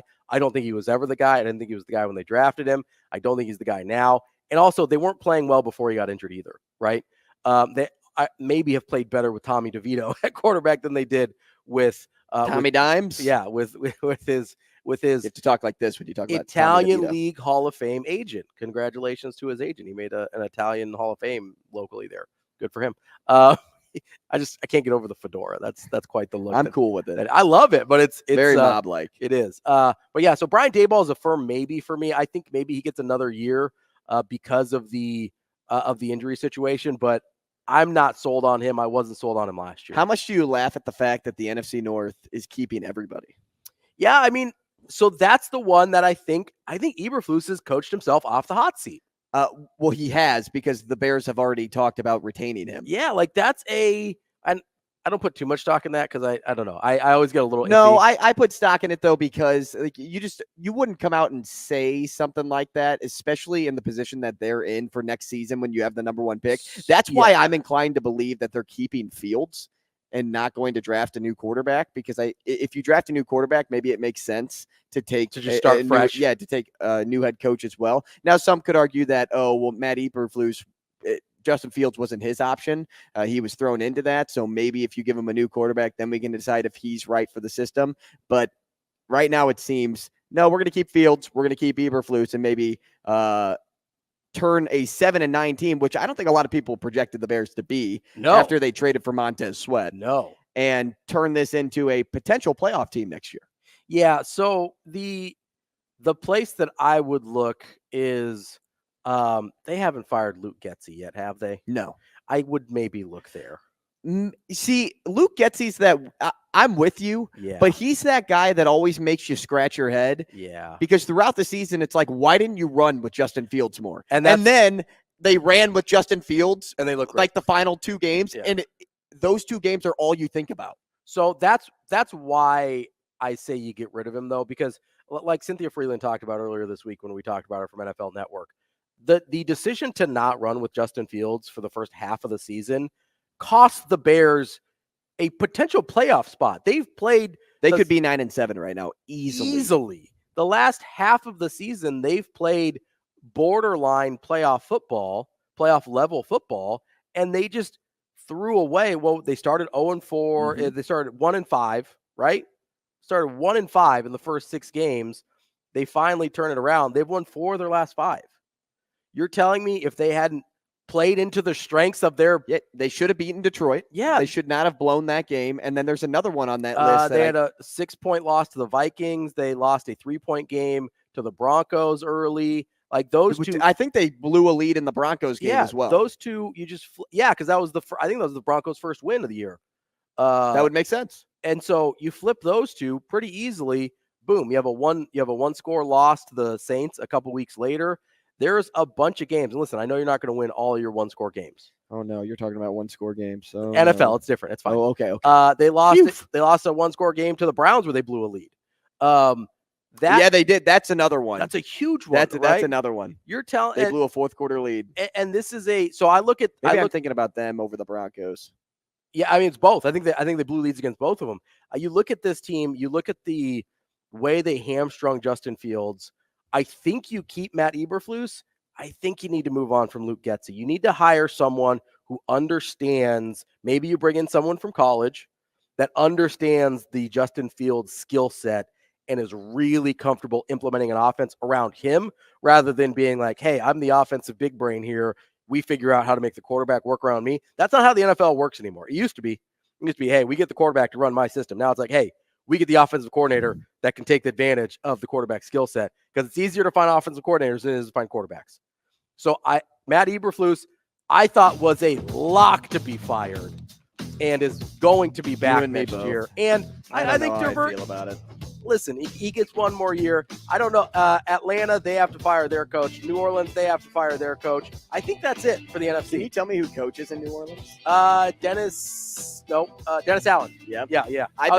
I bet less than 10% of football fans can tell you who coaches in New Orleans. Dennis Allen, Arthur Smith in Atlanta, both. See ya. We're out of here. Coming up next, we're going to talk to our guy Mike Sautter here on Hurrdat Sports Radio. Kicking off hour number 3 here on Hurrdat Sports Radio on AM 590, ESPN Omaha, ESPN Tri-Cities, and KFOR in Lincoln for our third hour. I'm Ravi Lulla. Andrew Rogers here with me. And joining us now is our guy Mike Sautter, our chief basketball correspondent here at I think he's senior on his whatever. I like Twitter chief. I did not come up with it. I feel like when you say chief, it has to be followed up with meteorologist. The boss came up with that. The meteorologist. He is our senior basketball analyst. There it is for Hurrdat Sports. Boy. Obviously, how do you feel being called senior? Old. He is. By the way, I am the oldest person of our team of sports people at Hurrdat Sports. It's true. I'm very much so the. How do you like being very the dad much of so the the sports oldest department? Well, I don't act like the dad. No, most you of the definitely time, act like so, the teenager, but yeah, that's okay. He's the rebellious I like 19-year-old, I think, is how. I don't really know. I don't know if he's 19 yet. I just like to have He's a more good like time. 13. Opened up a gift on Christmas, didn't like it, and then told everybody that he didn't like it and re-gifted it to somebody else on the team. That's Mike Sautter. I would totally do that. He's here for a good time, not a long time. I hope he's here for a long time. Yeah. Well, today he's not here for a long time. He's got to get to Milwaukee. No, yeah, I'm out of here. Right, I normally try and stay for the whole hour, hour, but today I gotta hit the road, Jack. That's a song, by the way. Does it follow with like no more? No. That's right. Yeah, there you go. Yeah, see, sometimes I know things. Going deep. I don't know what Chernobyl is. That's all right. That is unbelievable. No, I'm actually going to defend Andrew. You know what, man? Like, I'll own that. I'll own that it was unbelievable. I'm going to defend Andrew here because two things. I don't think I learned about it in school. Like, I don't think they taught us about Chernobyl. And at your age, I don't know. Did they teach you about it? I don't remember. It was a long time ago. I'm going on 20 years now outside of school, so it's been a minute. We were talking in the office the other day, and I said, hey, I graduated high school and they're like, I wasn't born yet. Yeah. And I'm like, oh. Yeah. Did you graduate in 2000s? Like No. early 2000s or before? No, before that. Can I hear the date? No. Can I guess? No. 93. No, I'm not that old. I think late 90s. How about 98. that? 98 is it? Nailed it. I was born before that. Yeah. Barely. It doesn't matter. I was. I am not a millennial. How about that? So, ooh, okay. You're a Gen Xer. Yeah. So am I considered barely, Gen Z just in barely, 97? I think so, yeah. Or am I? You were born in back 97? Holy. Am I back end millennial?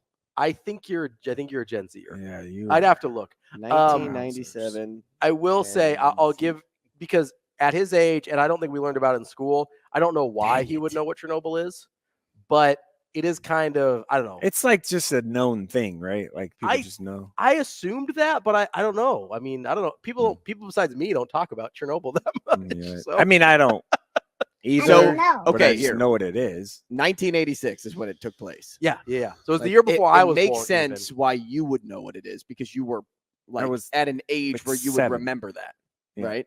not really. I mean, I was No? 7. You don't really remember a lot from. He wasn't Maybe really not. like tuned in to Soviet Russia yeah, energy like, problems. You weren't watching the news today, back I then? would know. I would kind of. Yeah, I don't know. I guess the event just never made it. Never made it into my brain. When I thought about it, I kind of understood. I was like, I guess it would kind of. I was actually more surprised that other people your age in our company knew what it was. Yeah, right. Like that's what I have to say to that. Yeah, right. They These had are no people idea. at our company There's that no are idea. just saying it so that They're they don't have lying. to So they don't take get the heat. roasted. Like they didn't know. They're We're lying. Like calling maybe out- a few people We're knew. calling out Brandon Tiedemann. You Yeah, didn't know. he didn't know. You didn't know. Like he looked it up and then was like, "Yeah, I know He what it didn't is." know. Either that, or I have met a couple people that thought the Chernobyl miniseries was fictional. Like I get it was dramatized, right? But they thought it was just a thing that somebody made up, not like Maybe it was in a TV show or something that I missed, where somebody made reference to it. Like I could see like The Simpsons doing something with Chernobyl, especially since Homer worked at the nuclear plant and Right. stuff. Yeah, for sure. and maybe They definitely made 3 Mile Island jokes in The Simpsons, and I don't know if do you know what 3 Mile Island is? There was a nuclear meltdown in the U.S. on 3 Mile Island. Maybe I just don't know anything about nuclear stuff. You need to learn more. I know about the missiles. Go watch Oppenheimer. Love that movie. Anyway, we're going to talk about basketball with Yeah. Mike I know what Sautter the here. Green Mile is. Michael Oh, Clark wow. Duncan, That's a R.I.P. movie. Pour one out to my guy. Never seen it. That's pretty good movie. I Yeah. don't watch movies. Well, It's a you do long watch movie, too. basketball. I did sometimes. You do watch basketball. You watch kids movies because you got kids, right? Yes. Trolls is the hot one right now. Oh, Yeah. I thought you were Uh-huh. calling your Watch- kids trolls. I watched. Dave, I watched feels Trolls like at it. least once over the holiday break. I thought you were. I really thought you were calling your kids trolls. They kind of can be. Is My 7-year-old's getting a little it witty. like a Gremlins thing? You don't feed them after midnight. Like my you gotta- my 7-year-old's getting witty with the comebacks. You better watch out. I mean, She's got a little mic saw. Oh, yeah. she's your kid. You Yeah, got to for watch out. sure. This is a what goes around comes around situation. Yeah, I think. it's not. Yeah. Mhm. Let's we are going to talk about 'Kay. basketball here. Let's start with the Metro Holiday Tournament. Yeah. We'll get to Nebraska basketball here in just a minute. But Metro Holiday Tournament on the boys' side, you had Bellevue West. Yep. Dominant. Yeah. Yeah. Pretty much. I mean, throughout what, the whole 18 thing. points was the smallest margin? Am I right? Yeah. there? Yeah. They're. I mean, that's dominant, right? Yeah. It's pretty dominant. Jaden Jackson was outstanding in the whole. When I say the whole tournament, Robbie Garcia though, he is playing extremely well. Ever since they won against Totino Grace Mhm. in Minneapolis, he is really playing well. So yeah, it's they're good. Eldon Turner's also playing well. He was playing through some illness in the semifinals and the finals. So but they won. I mean, they're Stephen Polachek is just So- cashing threes. I mean, they're They had pretty good. They had a really big win against a really good West Side team. Yeah. In what that was the semis, right? Yeah. How big is right now? Because Millard North had been number one before. Millard North beat them earlier in the Yeah, season. that's their one loss.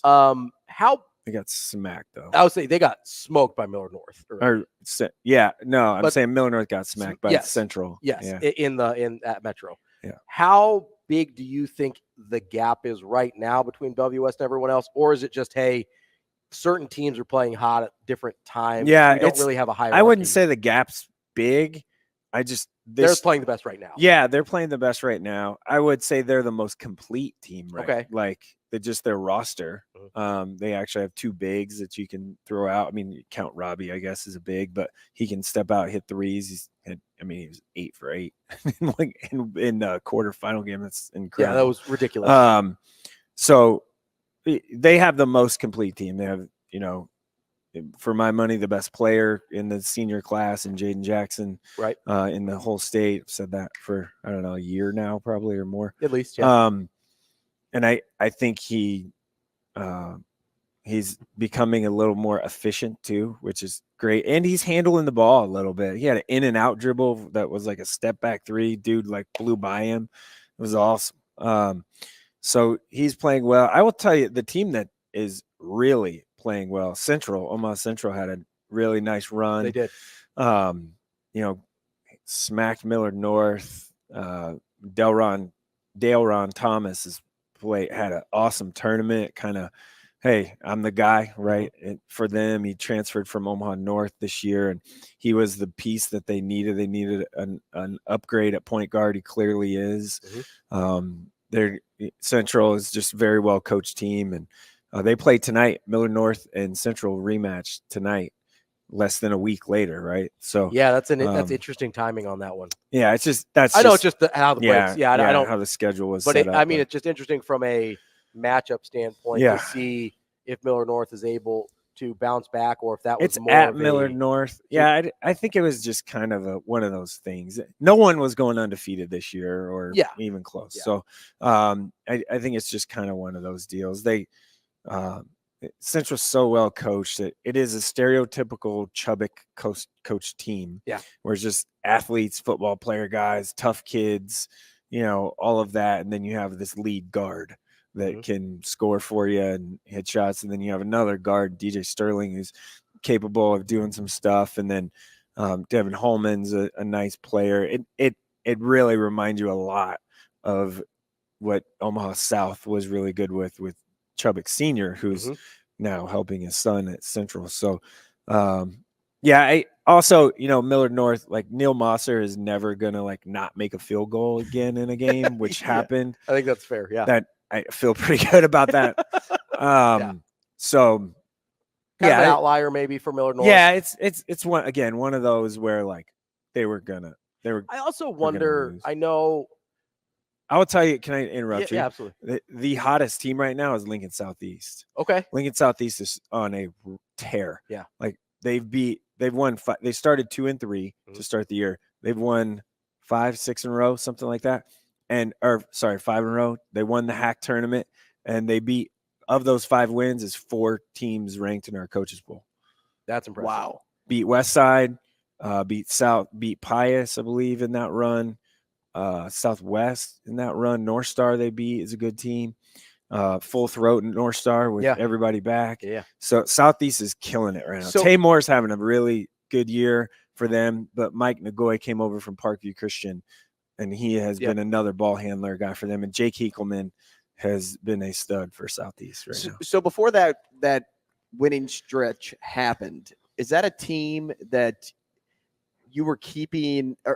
Yeah, they weren't in the conversation as the best team in Lincoln. No, they weren't. So that's kind of what I was going to ask. Is at what point this season? Let's just take Southeast for example. Did you look at what they were doing and say, "Man, I have a weird feeling this team's going to be special"? Did you ever think that, or do you think that now? No, I think now I do. They play Southwest tonight at Southeast. I never thought that. I thought, and I think other people, that follow this stuff thought that Pius or Southwest was going to be the best team in Lincoln. And right now it's Southeast as far as, just the run they're on. Is that sustainable? Yeah, I think they got a good team. Joey Warning, their coach, does a really nice job. Their staff does a good job. I think I like their pieces. I think they're pretty level, right? There's no ups and downs with them as far as the kids on their roster. They don't get them too emotional, too high, too low, pretty steady. So I'd like that. And they have Dane Geets, another guy, they have 4 really solid players. So, which is good, right? That's, normally to win Class A, you just need 3. And to win Class B and C, you need 2, and anything in D, you just need a guy. So need a dude. Yeah. Need a dude. So I think they have a solid team. This game tonight, it'll be packed in there. Last time I was Southwest Southeast game, it was 2-3 years ago. The gym was full, and both student sections to the top. Have you ever been to Southeast? It's big, right? Yeah. It's really big. So, both student sections just went all the way to the top. It's huge. It was packed. So that environment will be pretty special tonight, I think, in Lincoln. But I just wanted to make sure that I mentioned Southeast because they're rolling. Okay, so right before we'll get to Nebraska basketball after this. you were talking about complementary pieces a little bit for teams. And so instead of, because I feel like I've asked you before, like who you think is kind of like the most valuable player just overall in the state, who would you say is just one player, boys and girls? So think about both sides for me. That's most valuable to their team. So not like looked at as most valuable player like all a star, around. but like a glue person. Yeah, a little bit. Well, I would say Nia Jones on the girls' side for Central is clearly the most important play. She's their best player. She's committed to Bradley or signed with Bradley. She's going there. I would say she is easily the most important piece for Central. Doesn't come close to making the Metro final without her. Another girl, Kennedy Williams at Southwest, is another one that is vital. And they won the hack tournament because she hit a deep three at the buzzer against Pi. I mean, she just does everything. And that's like a game or two after she made 7 threes in a game. So she's just super important. On the boys' side, for Central, it's Delron Thomas. He's huge. Like if he was out of the lineup, missed some time, a game or 2 or 3 or whatever, that would really impact them. Would really impact them. Everyone else is kind of, would find a way, right? So without guys, I think that's very. I think those are kind of the people. Oh, I like pieces. that. Yeah. Real quick before we move on to Nebraska basketball, you mentioned a couple of the marquee games this weekend. You mentioned Miller North and Central. You mentioned Southeast and Southwest. Any other ones that people should be aware of if they want to get out? Yeah, Class B girls tomorrow is Scott and Elkhorn North at Elkhorn North. That's on at 1:00 at Elkhorn North.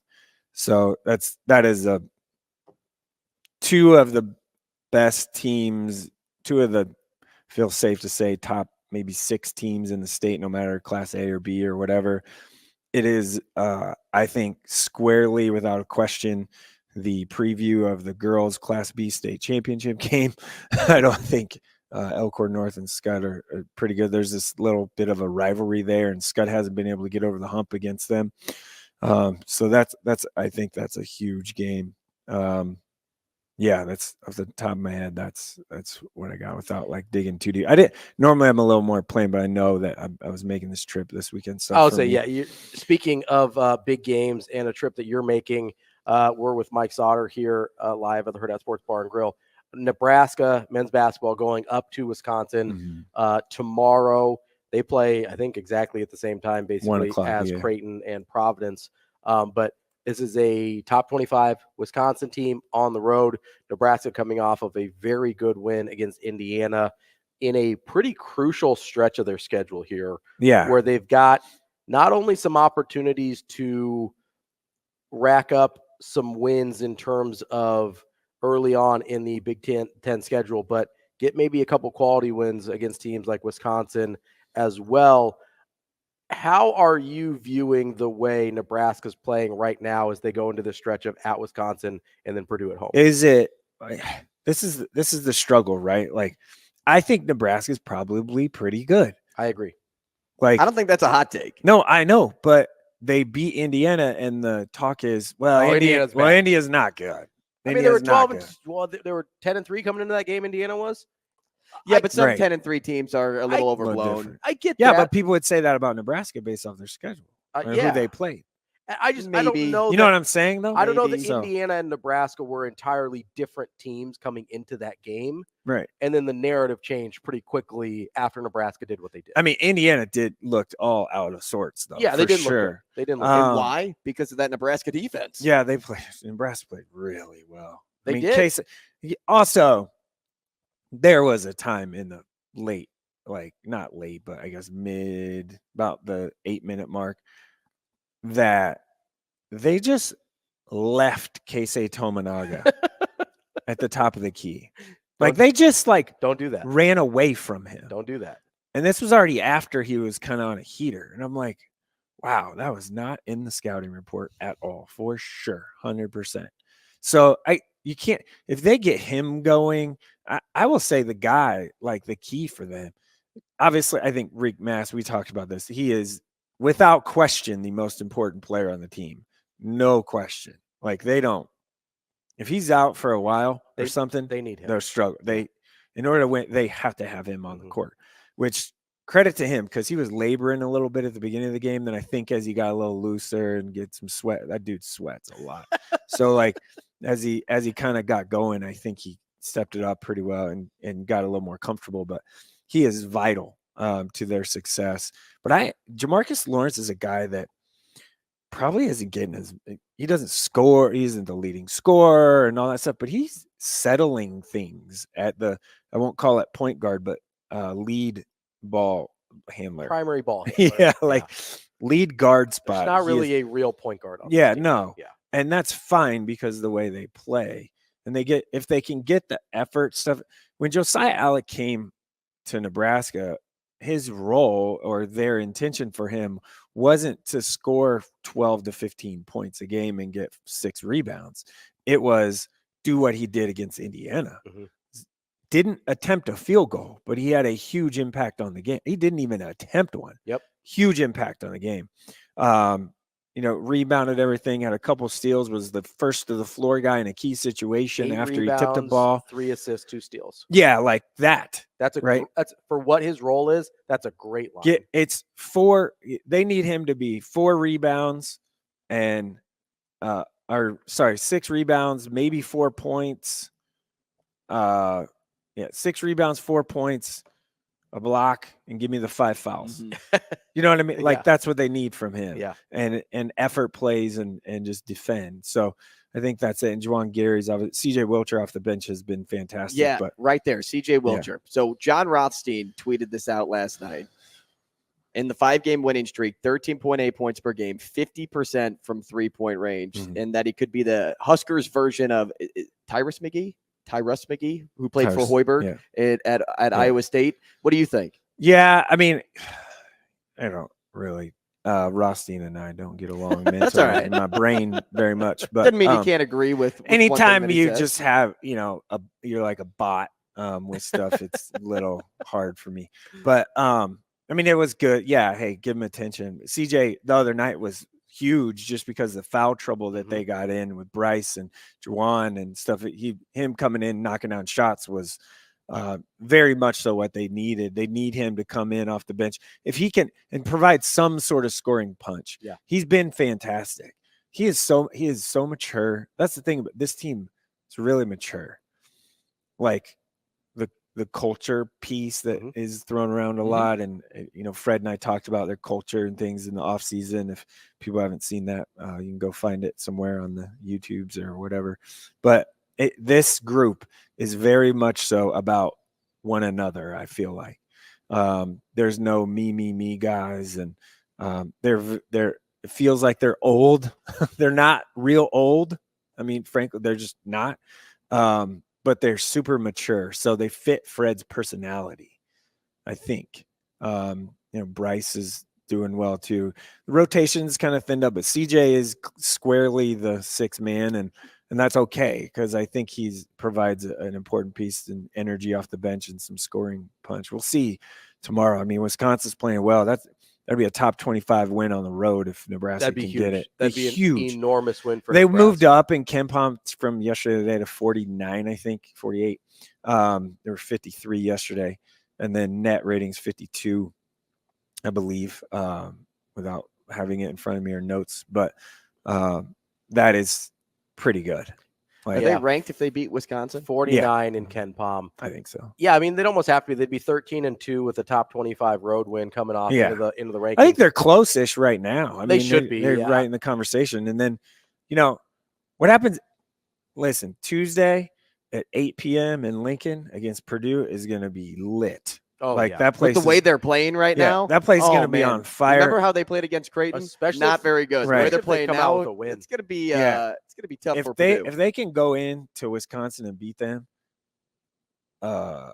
Tuesday is going to be wild in there. It will be anyway, because even if they go to Wisconsin and let's say they lose by 5 or something close, it's still gonna fumble it away and lose by 20. The vault's gonna be packed. Yeah, it'll be crazy. But if they're coming off of a win, it's gonna be a different. Oh, the energy level going. Look, the pressure ramps up now every single game. They keep winning and winning and winning. Yeah, like Yeah. how do they handle that? Is kind Because of that's something they're not familiar program's with. never been there. Really, they haven't. I mean, best start since the 90s. We're talking the Yeah. Danny era. Yeah. That's Mike Sautter, our senior basketball analyst here at Hurrdat Sports. We appreciate you. Have a safe trip up to Safe travels, Wisconsin. man. Yeah.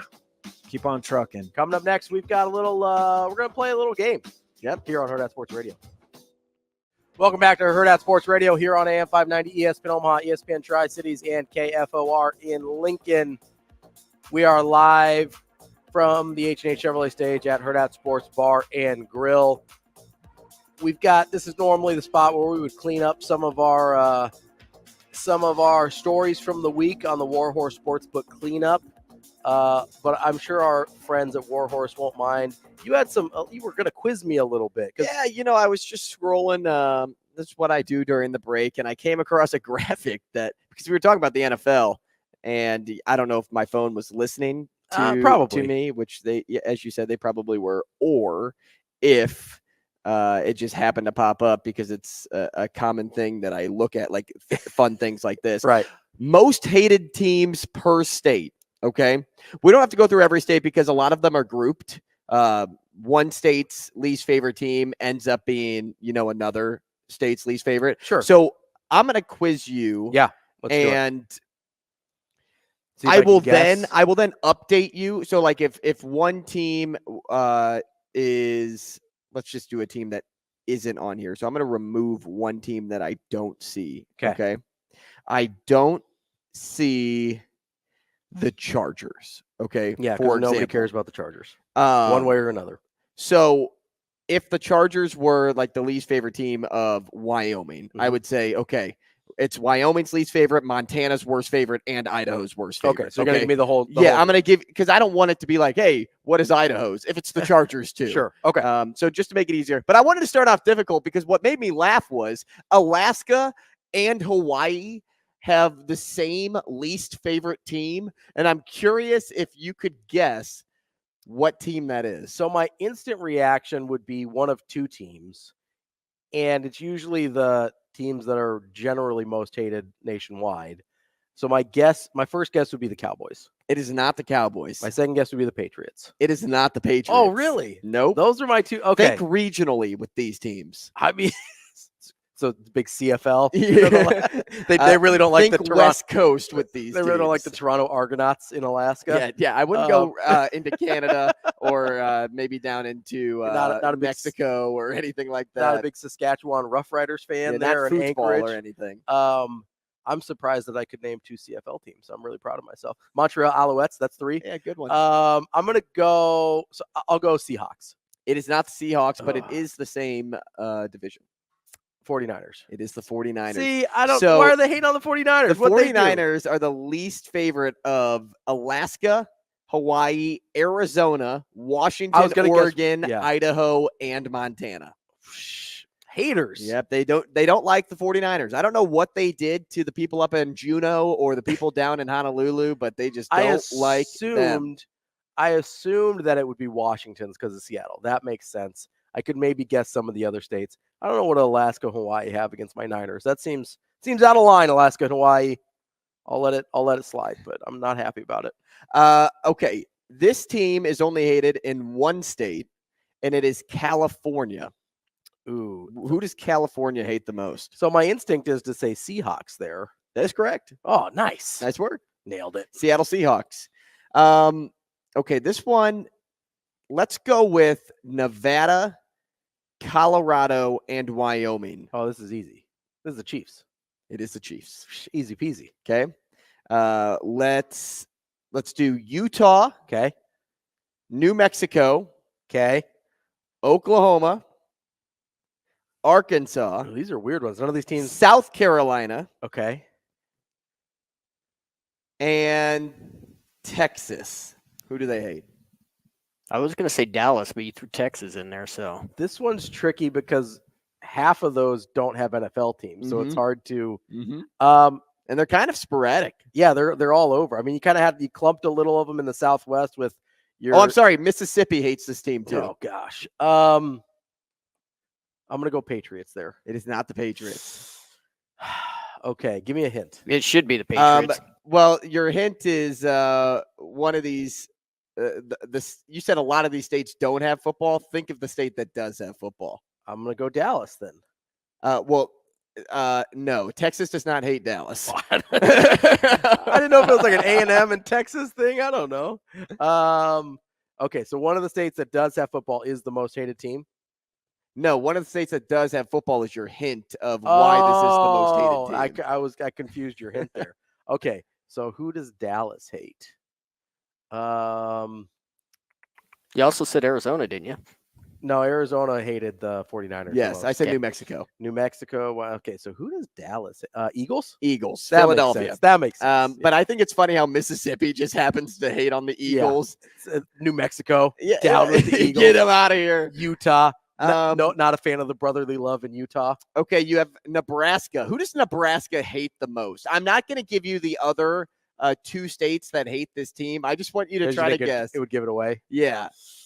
Okay, so Nebraska, I think, is gonna be. Can I guess? Yeah, go for it. Denver. No. I don't think it's gonna be the Chiefs. I think you have too many Chiefs fans here. I think you have too many Bears fans here. I think you do have many Broncos fans here. Well, it should be. Maybe you have too many Vikings fans here. You probably have too many Packers fans. Is it close regionally to Nebraska? Kinda. Okay, so it's but not really. Okay. I would say no. Okay, not close regionally to Nebraska. I'm gonna go with. Again, don't overthink this too much because you talked about teams in there that Nebraska likes. Think about who then, if Nebraska likes these teams, who they would then hate. I'm gonna go Packers. It is not the Packers. Is it the right division? No. Okay. Okay, so they like the Chiefs and Broncos. Is it the Raiders? It is the Raiders. Yeah, there we go. Nebraska hates the Raiders. That's a bunch of crap. I had to throw that one in there. Come on. No, that makes sense. So the other ones are Missouri and Colorado. No, Missouri and Kansas. Kansas. That makes sense. Yeah. Okay. Okay. There is only one state that hates the Bears. Who is it? Minnesota? Nope. Wisconsin. That is correct. Okay. I knew it was either Vikings or Packers. I didn't know which one. There are two states that hate the Patriots. One is New York. What's the other? Oh, that's tricky. The New York. Is it in the Northeast? No. Is it Iowa? It is not Iowa. Iowa hates Green Bay. That makes sense. They border Wisconsin. Okay, let me see here. Not in the Northeast. Oh, Florida. No. Oh, I thought maybe a Dolphins there. Is it in the division? No, because that'd be New York and Florida is the only teams in that division. They are not. Does this team have an NFL franchise? The team does have an NFL franchise. Does the state have an NFL franchise? Yes, they do. So is it New Jersey? It is not. I'm gonna say this is a team in the AFC. It's a state in the AFC with the team in the AFC. Do they just have one team in that state? Yes. Okay. Yeah, so you can't say Ohio. well, I was thinking maybe Pennsylvania. Oh, yeah, good guess. Okay, so is it Maryland, Baltimore? It is not. Oh, who is it? The Patriots are hated by Massachusetts? No, that'd be awesome. That'd be hilarious. No, they are hated in Indiana. Oh, Colts Patriots makes sense. Okay. Mm-hmm. Hated in Indiana. It's been so long since the Brady Manning rivalry that I kind of forgot about Indianapolis. Speaking of the Colts, they are hated in one state as well. It's a team in their division. Tennessee. Tennessee is correct. Nice work. You mentioned Florida. Who does Florida hate? Everybody, the rest of the country. They hate the same team as Georgia. Everybody. Okay, so Florida has Miami, Tampa. I'm thinking since they have Miami, Tampa, and Jacksonville. And then if they hate the same team as Atlanta. I'm thinking I'm going New Orleans. They hate the Saints. Nice work. Nice work. Okay. The Cowboys are hated by one team, two teams on this list. Two states. Two states. Yeah, I'm Okay. sorry. Two states. New Jersey is one of them. What's the other? It's got to be Pennsylvania. No, but it's in the same Region? regionally. You're close. Okay. What's up there? Is it New York. Washington? I mean, it's not. I mean, No. Okay. DC? Are you saying? Yeah, like Virginia. DC. Yes. Okay. Yeah. Yeah. I was saying like the D. That's why I was like Washington, maybe because I was like, it's not a Right, state, right. but it's okay. Okay, and the last one I have for you is, who does Maine hate? Who does Maine hate? Maine, why are you hating? Give me a hint real quick. Give me a division or something. Maine. They hate a team in the Northeast. They hate, Patriots. No. They should hate them. Giants. No. Jets. They should hate them too. They hate the Jets, Jets. Mike Sautter, I hope you're listening. If you want to take a road trip to Maine at any point, make sure to wear some New York Jets gear. Yeah, I have some words with those folks up in Maine. All right, we're going to talk to Matt Vrzal to wrap up our week here on Hurrdat Sports Radio. We wrap up the show here on a Friday and wrap up our first week back from our little holiday break with our guy Matt Vrzal on the Warhorse Sportsbook Hotline, former Husker, owner of Paisan Pizzeria. Verz, how are you this morning? Good, boys. How are you? Good, Matty. Good to hear your voice. We're doing well. How were your holidays? Oh, it's good.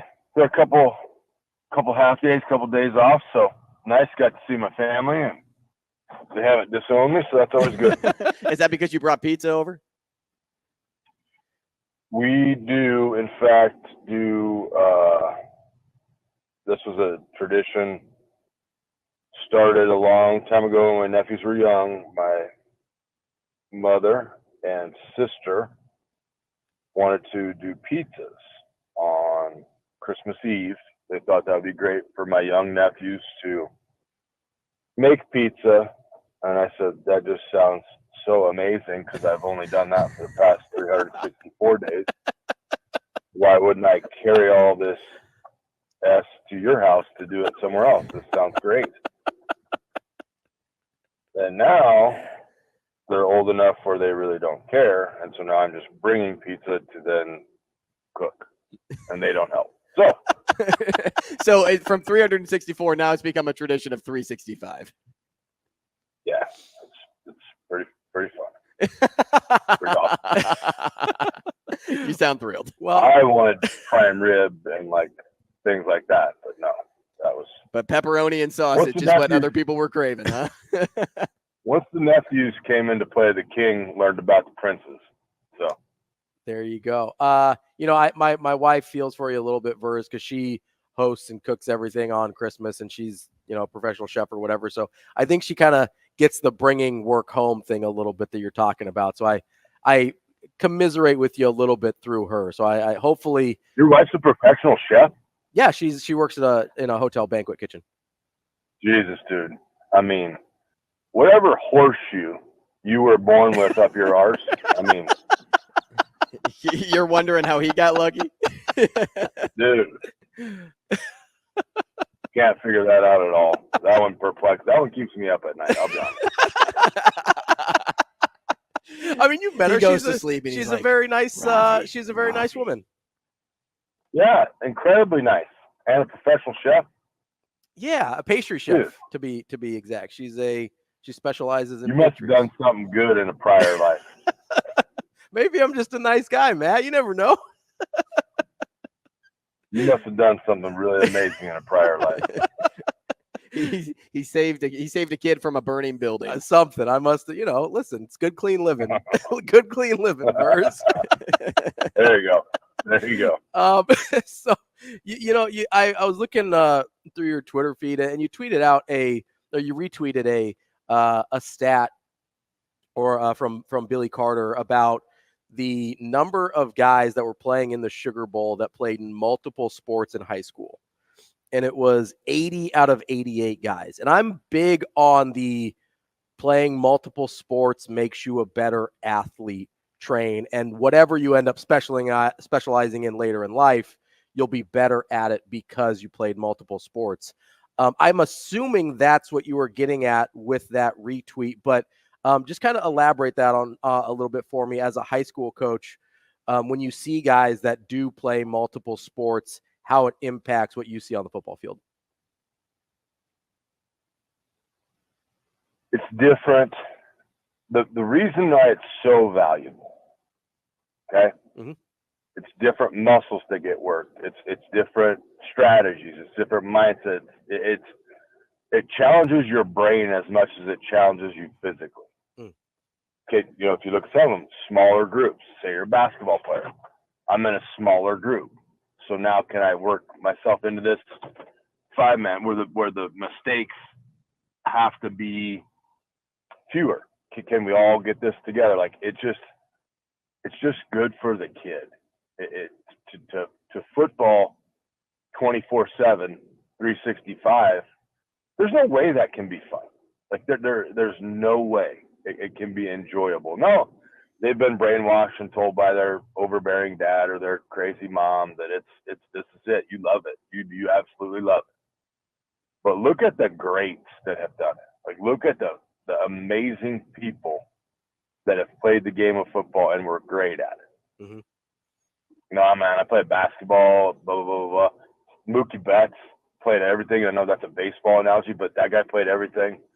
But it makes you just competitive in something else. Like you can, and there is too, like if you do it so often and you have success early, it'll warp your brain. Because if you're really good at it at a young age, okay, and you go through competitive catch and you're the best competitive catch player in the country, and then you start to feel that. Mm-hmm.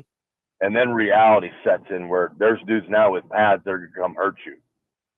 And you don't know how to do that when that happens. Or everybody else starts to develop more than you because you become the best 10-year-old competitive catch player in the world. And everybody passes you, and then watch how you can see them. It's the temper tantrum kid. It's the kid that throws the hissy fit when it doesn't work because they've had success and they've failed. It's good sometimes for really good people, like people that are great at any sport, to go play a sport where you're a backup, where you're not the main dude. Can you be a teammate? Mm. Alex Gordon, one of the best baseball players ever, was on the basketball team, but he wasn't the dude. I mean, it's good sometimes for elite people to go realize, hey, now, if you go and you're elite at both, now you know you're special. Right. But you got to go do that to find it out. Matt, I'm with you. I mean, being a dual sport athlete, I think has tremendous upside. But I'm curious if you think if there's any exceptions to that rule, depending on the sport that you're talking about. So like take hockey, for example. It's a very expensive sport. It's one that if you don't play it consistently, you can fall behind. Is that maybe one sport that you look at and it's like, I don't know how important it is to be a dual sport athlete because of the time commitment that brings? Hockey is an interesting one because even successful hockey players, I'm a big Spit and Chicklets guy. Like Spit and Chicklets is probably one of my favorite podcasts that I listen to. Mm-hmm. But they'll talk anytime they have somebody on it. Hey, what else did you do? Oh, I played football in high school. I played soccer. They intertwine. And as far as like falling behind on something, with hockey, guys will come on and they will say, hey, it took me a couple weeks to get back into my skating form, but it was good to be off of my skates. Okay. With hockey, now in their training methods have been, there's flat boards you can hit pucks into. It's all hand. If you can work on your mitts, you're going to be good. There's training facilities now for hockey. So I don't think that one has as much issue. Just the cost of entry to hockey is what kills it. Mm. And that's just crazy. Like, I mean, I've got buddies whose kids play goalie and they just cringe. They're like, oh my God, you don't want to play anything else? And they're like, coach said I'm the goalie. I was like, tell your coach no. To ask your coach for 10 grand. I was going to say. Right. Is coach going to finance this little endeavor too? Verz, that's really interesting. The falling behind part really catches my attention because I think not just with hockey, like Andrew was talking about, but I think a lot of parents are afraid of their kid falling behind, whether it's like, oh, they didn't play on this select team or they didn't play in this 7-on-7 league. And I mean, in my experience, which is, limited to be fair as a college coach, most of the time college coaches don't care about that kind of stuff the way that parents seem to think they do. Has that been what you've seen in terms of getting guys recruited out of your program at Scott or the program you coach at Scott, or just generally your experience is that coaches don't care about that nearly as much as parents think they do? I think that's a fair statement. Now, do I make fun of competitive catch a lot? Yes. Do I think it provides a benefit or a value for quarterbacks and receivers? Of course. Mm-hmm. Do I think that a league where you're with your own team would be more beneficial? Like 7-on-7, skip the local part, right? Skip the this is our town team version of it. Yeah. They just went straight to all-star teams. Yeah. Hey, we're going to Kansas City. Hey, we're going to Oklahoma. Hey, we're going to Texas. Hey, we're going to Florida. We're going to grab all the best of the best. When at the end of it, I don't think that helps the kid develop because that's not the person he's going to be with. Mm.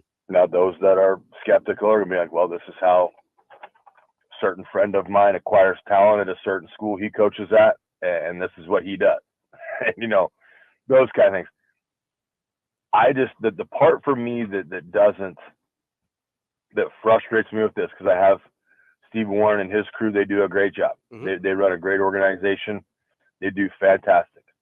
But the stories he tells me about like, oh, you're not playing my son enough in 7-on-7. It's your fault. You are out. So we're going to leave and go.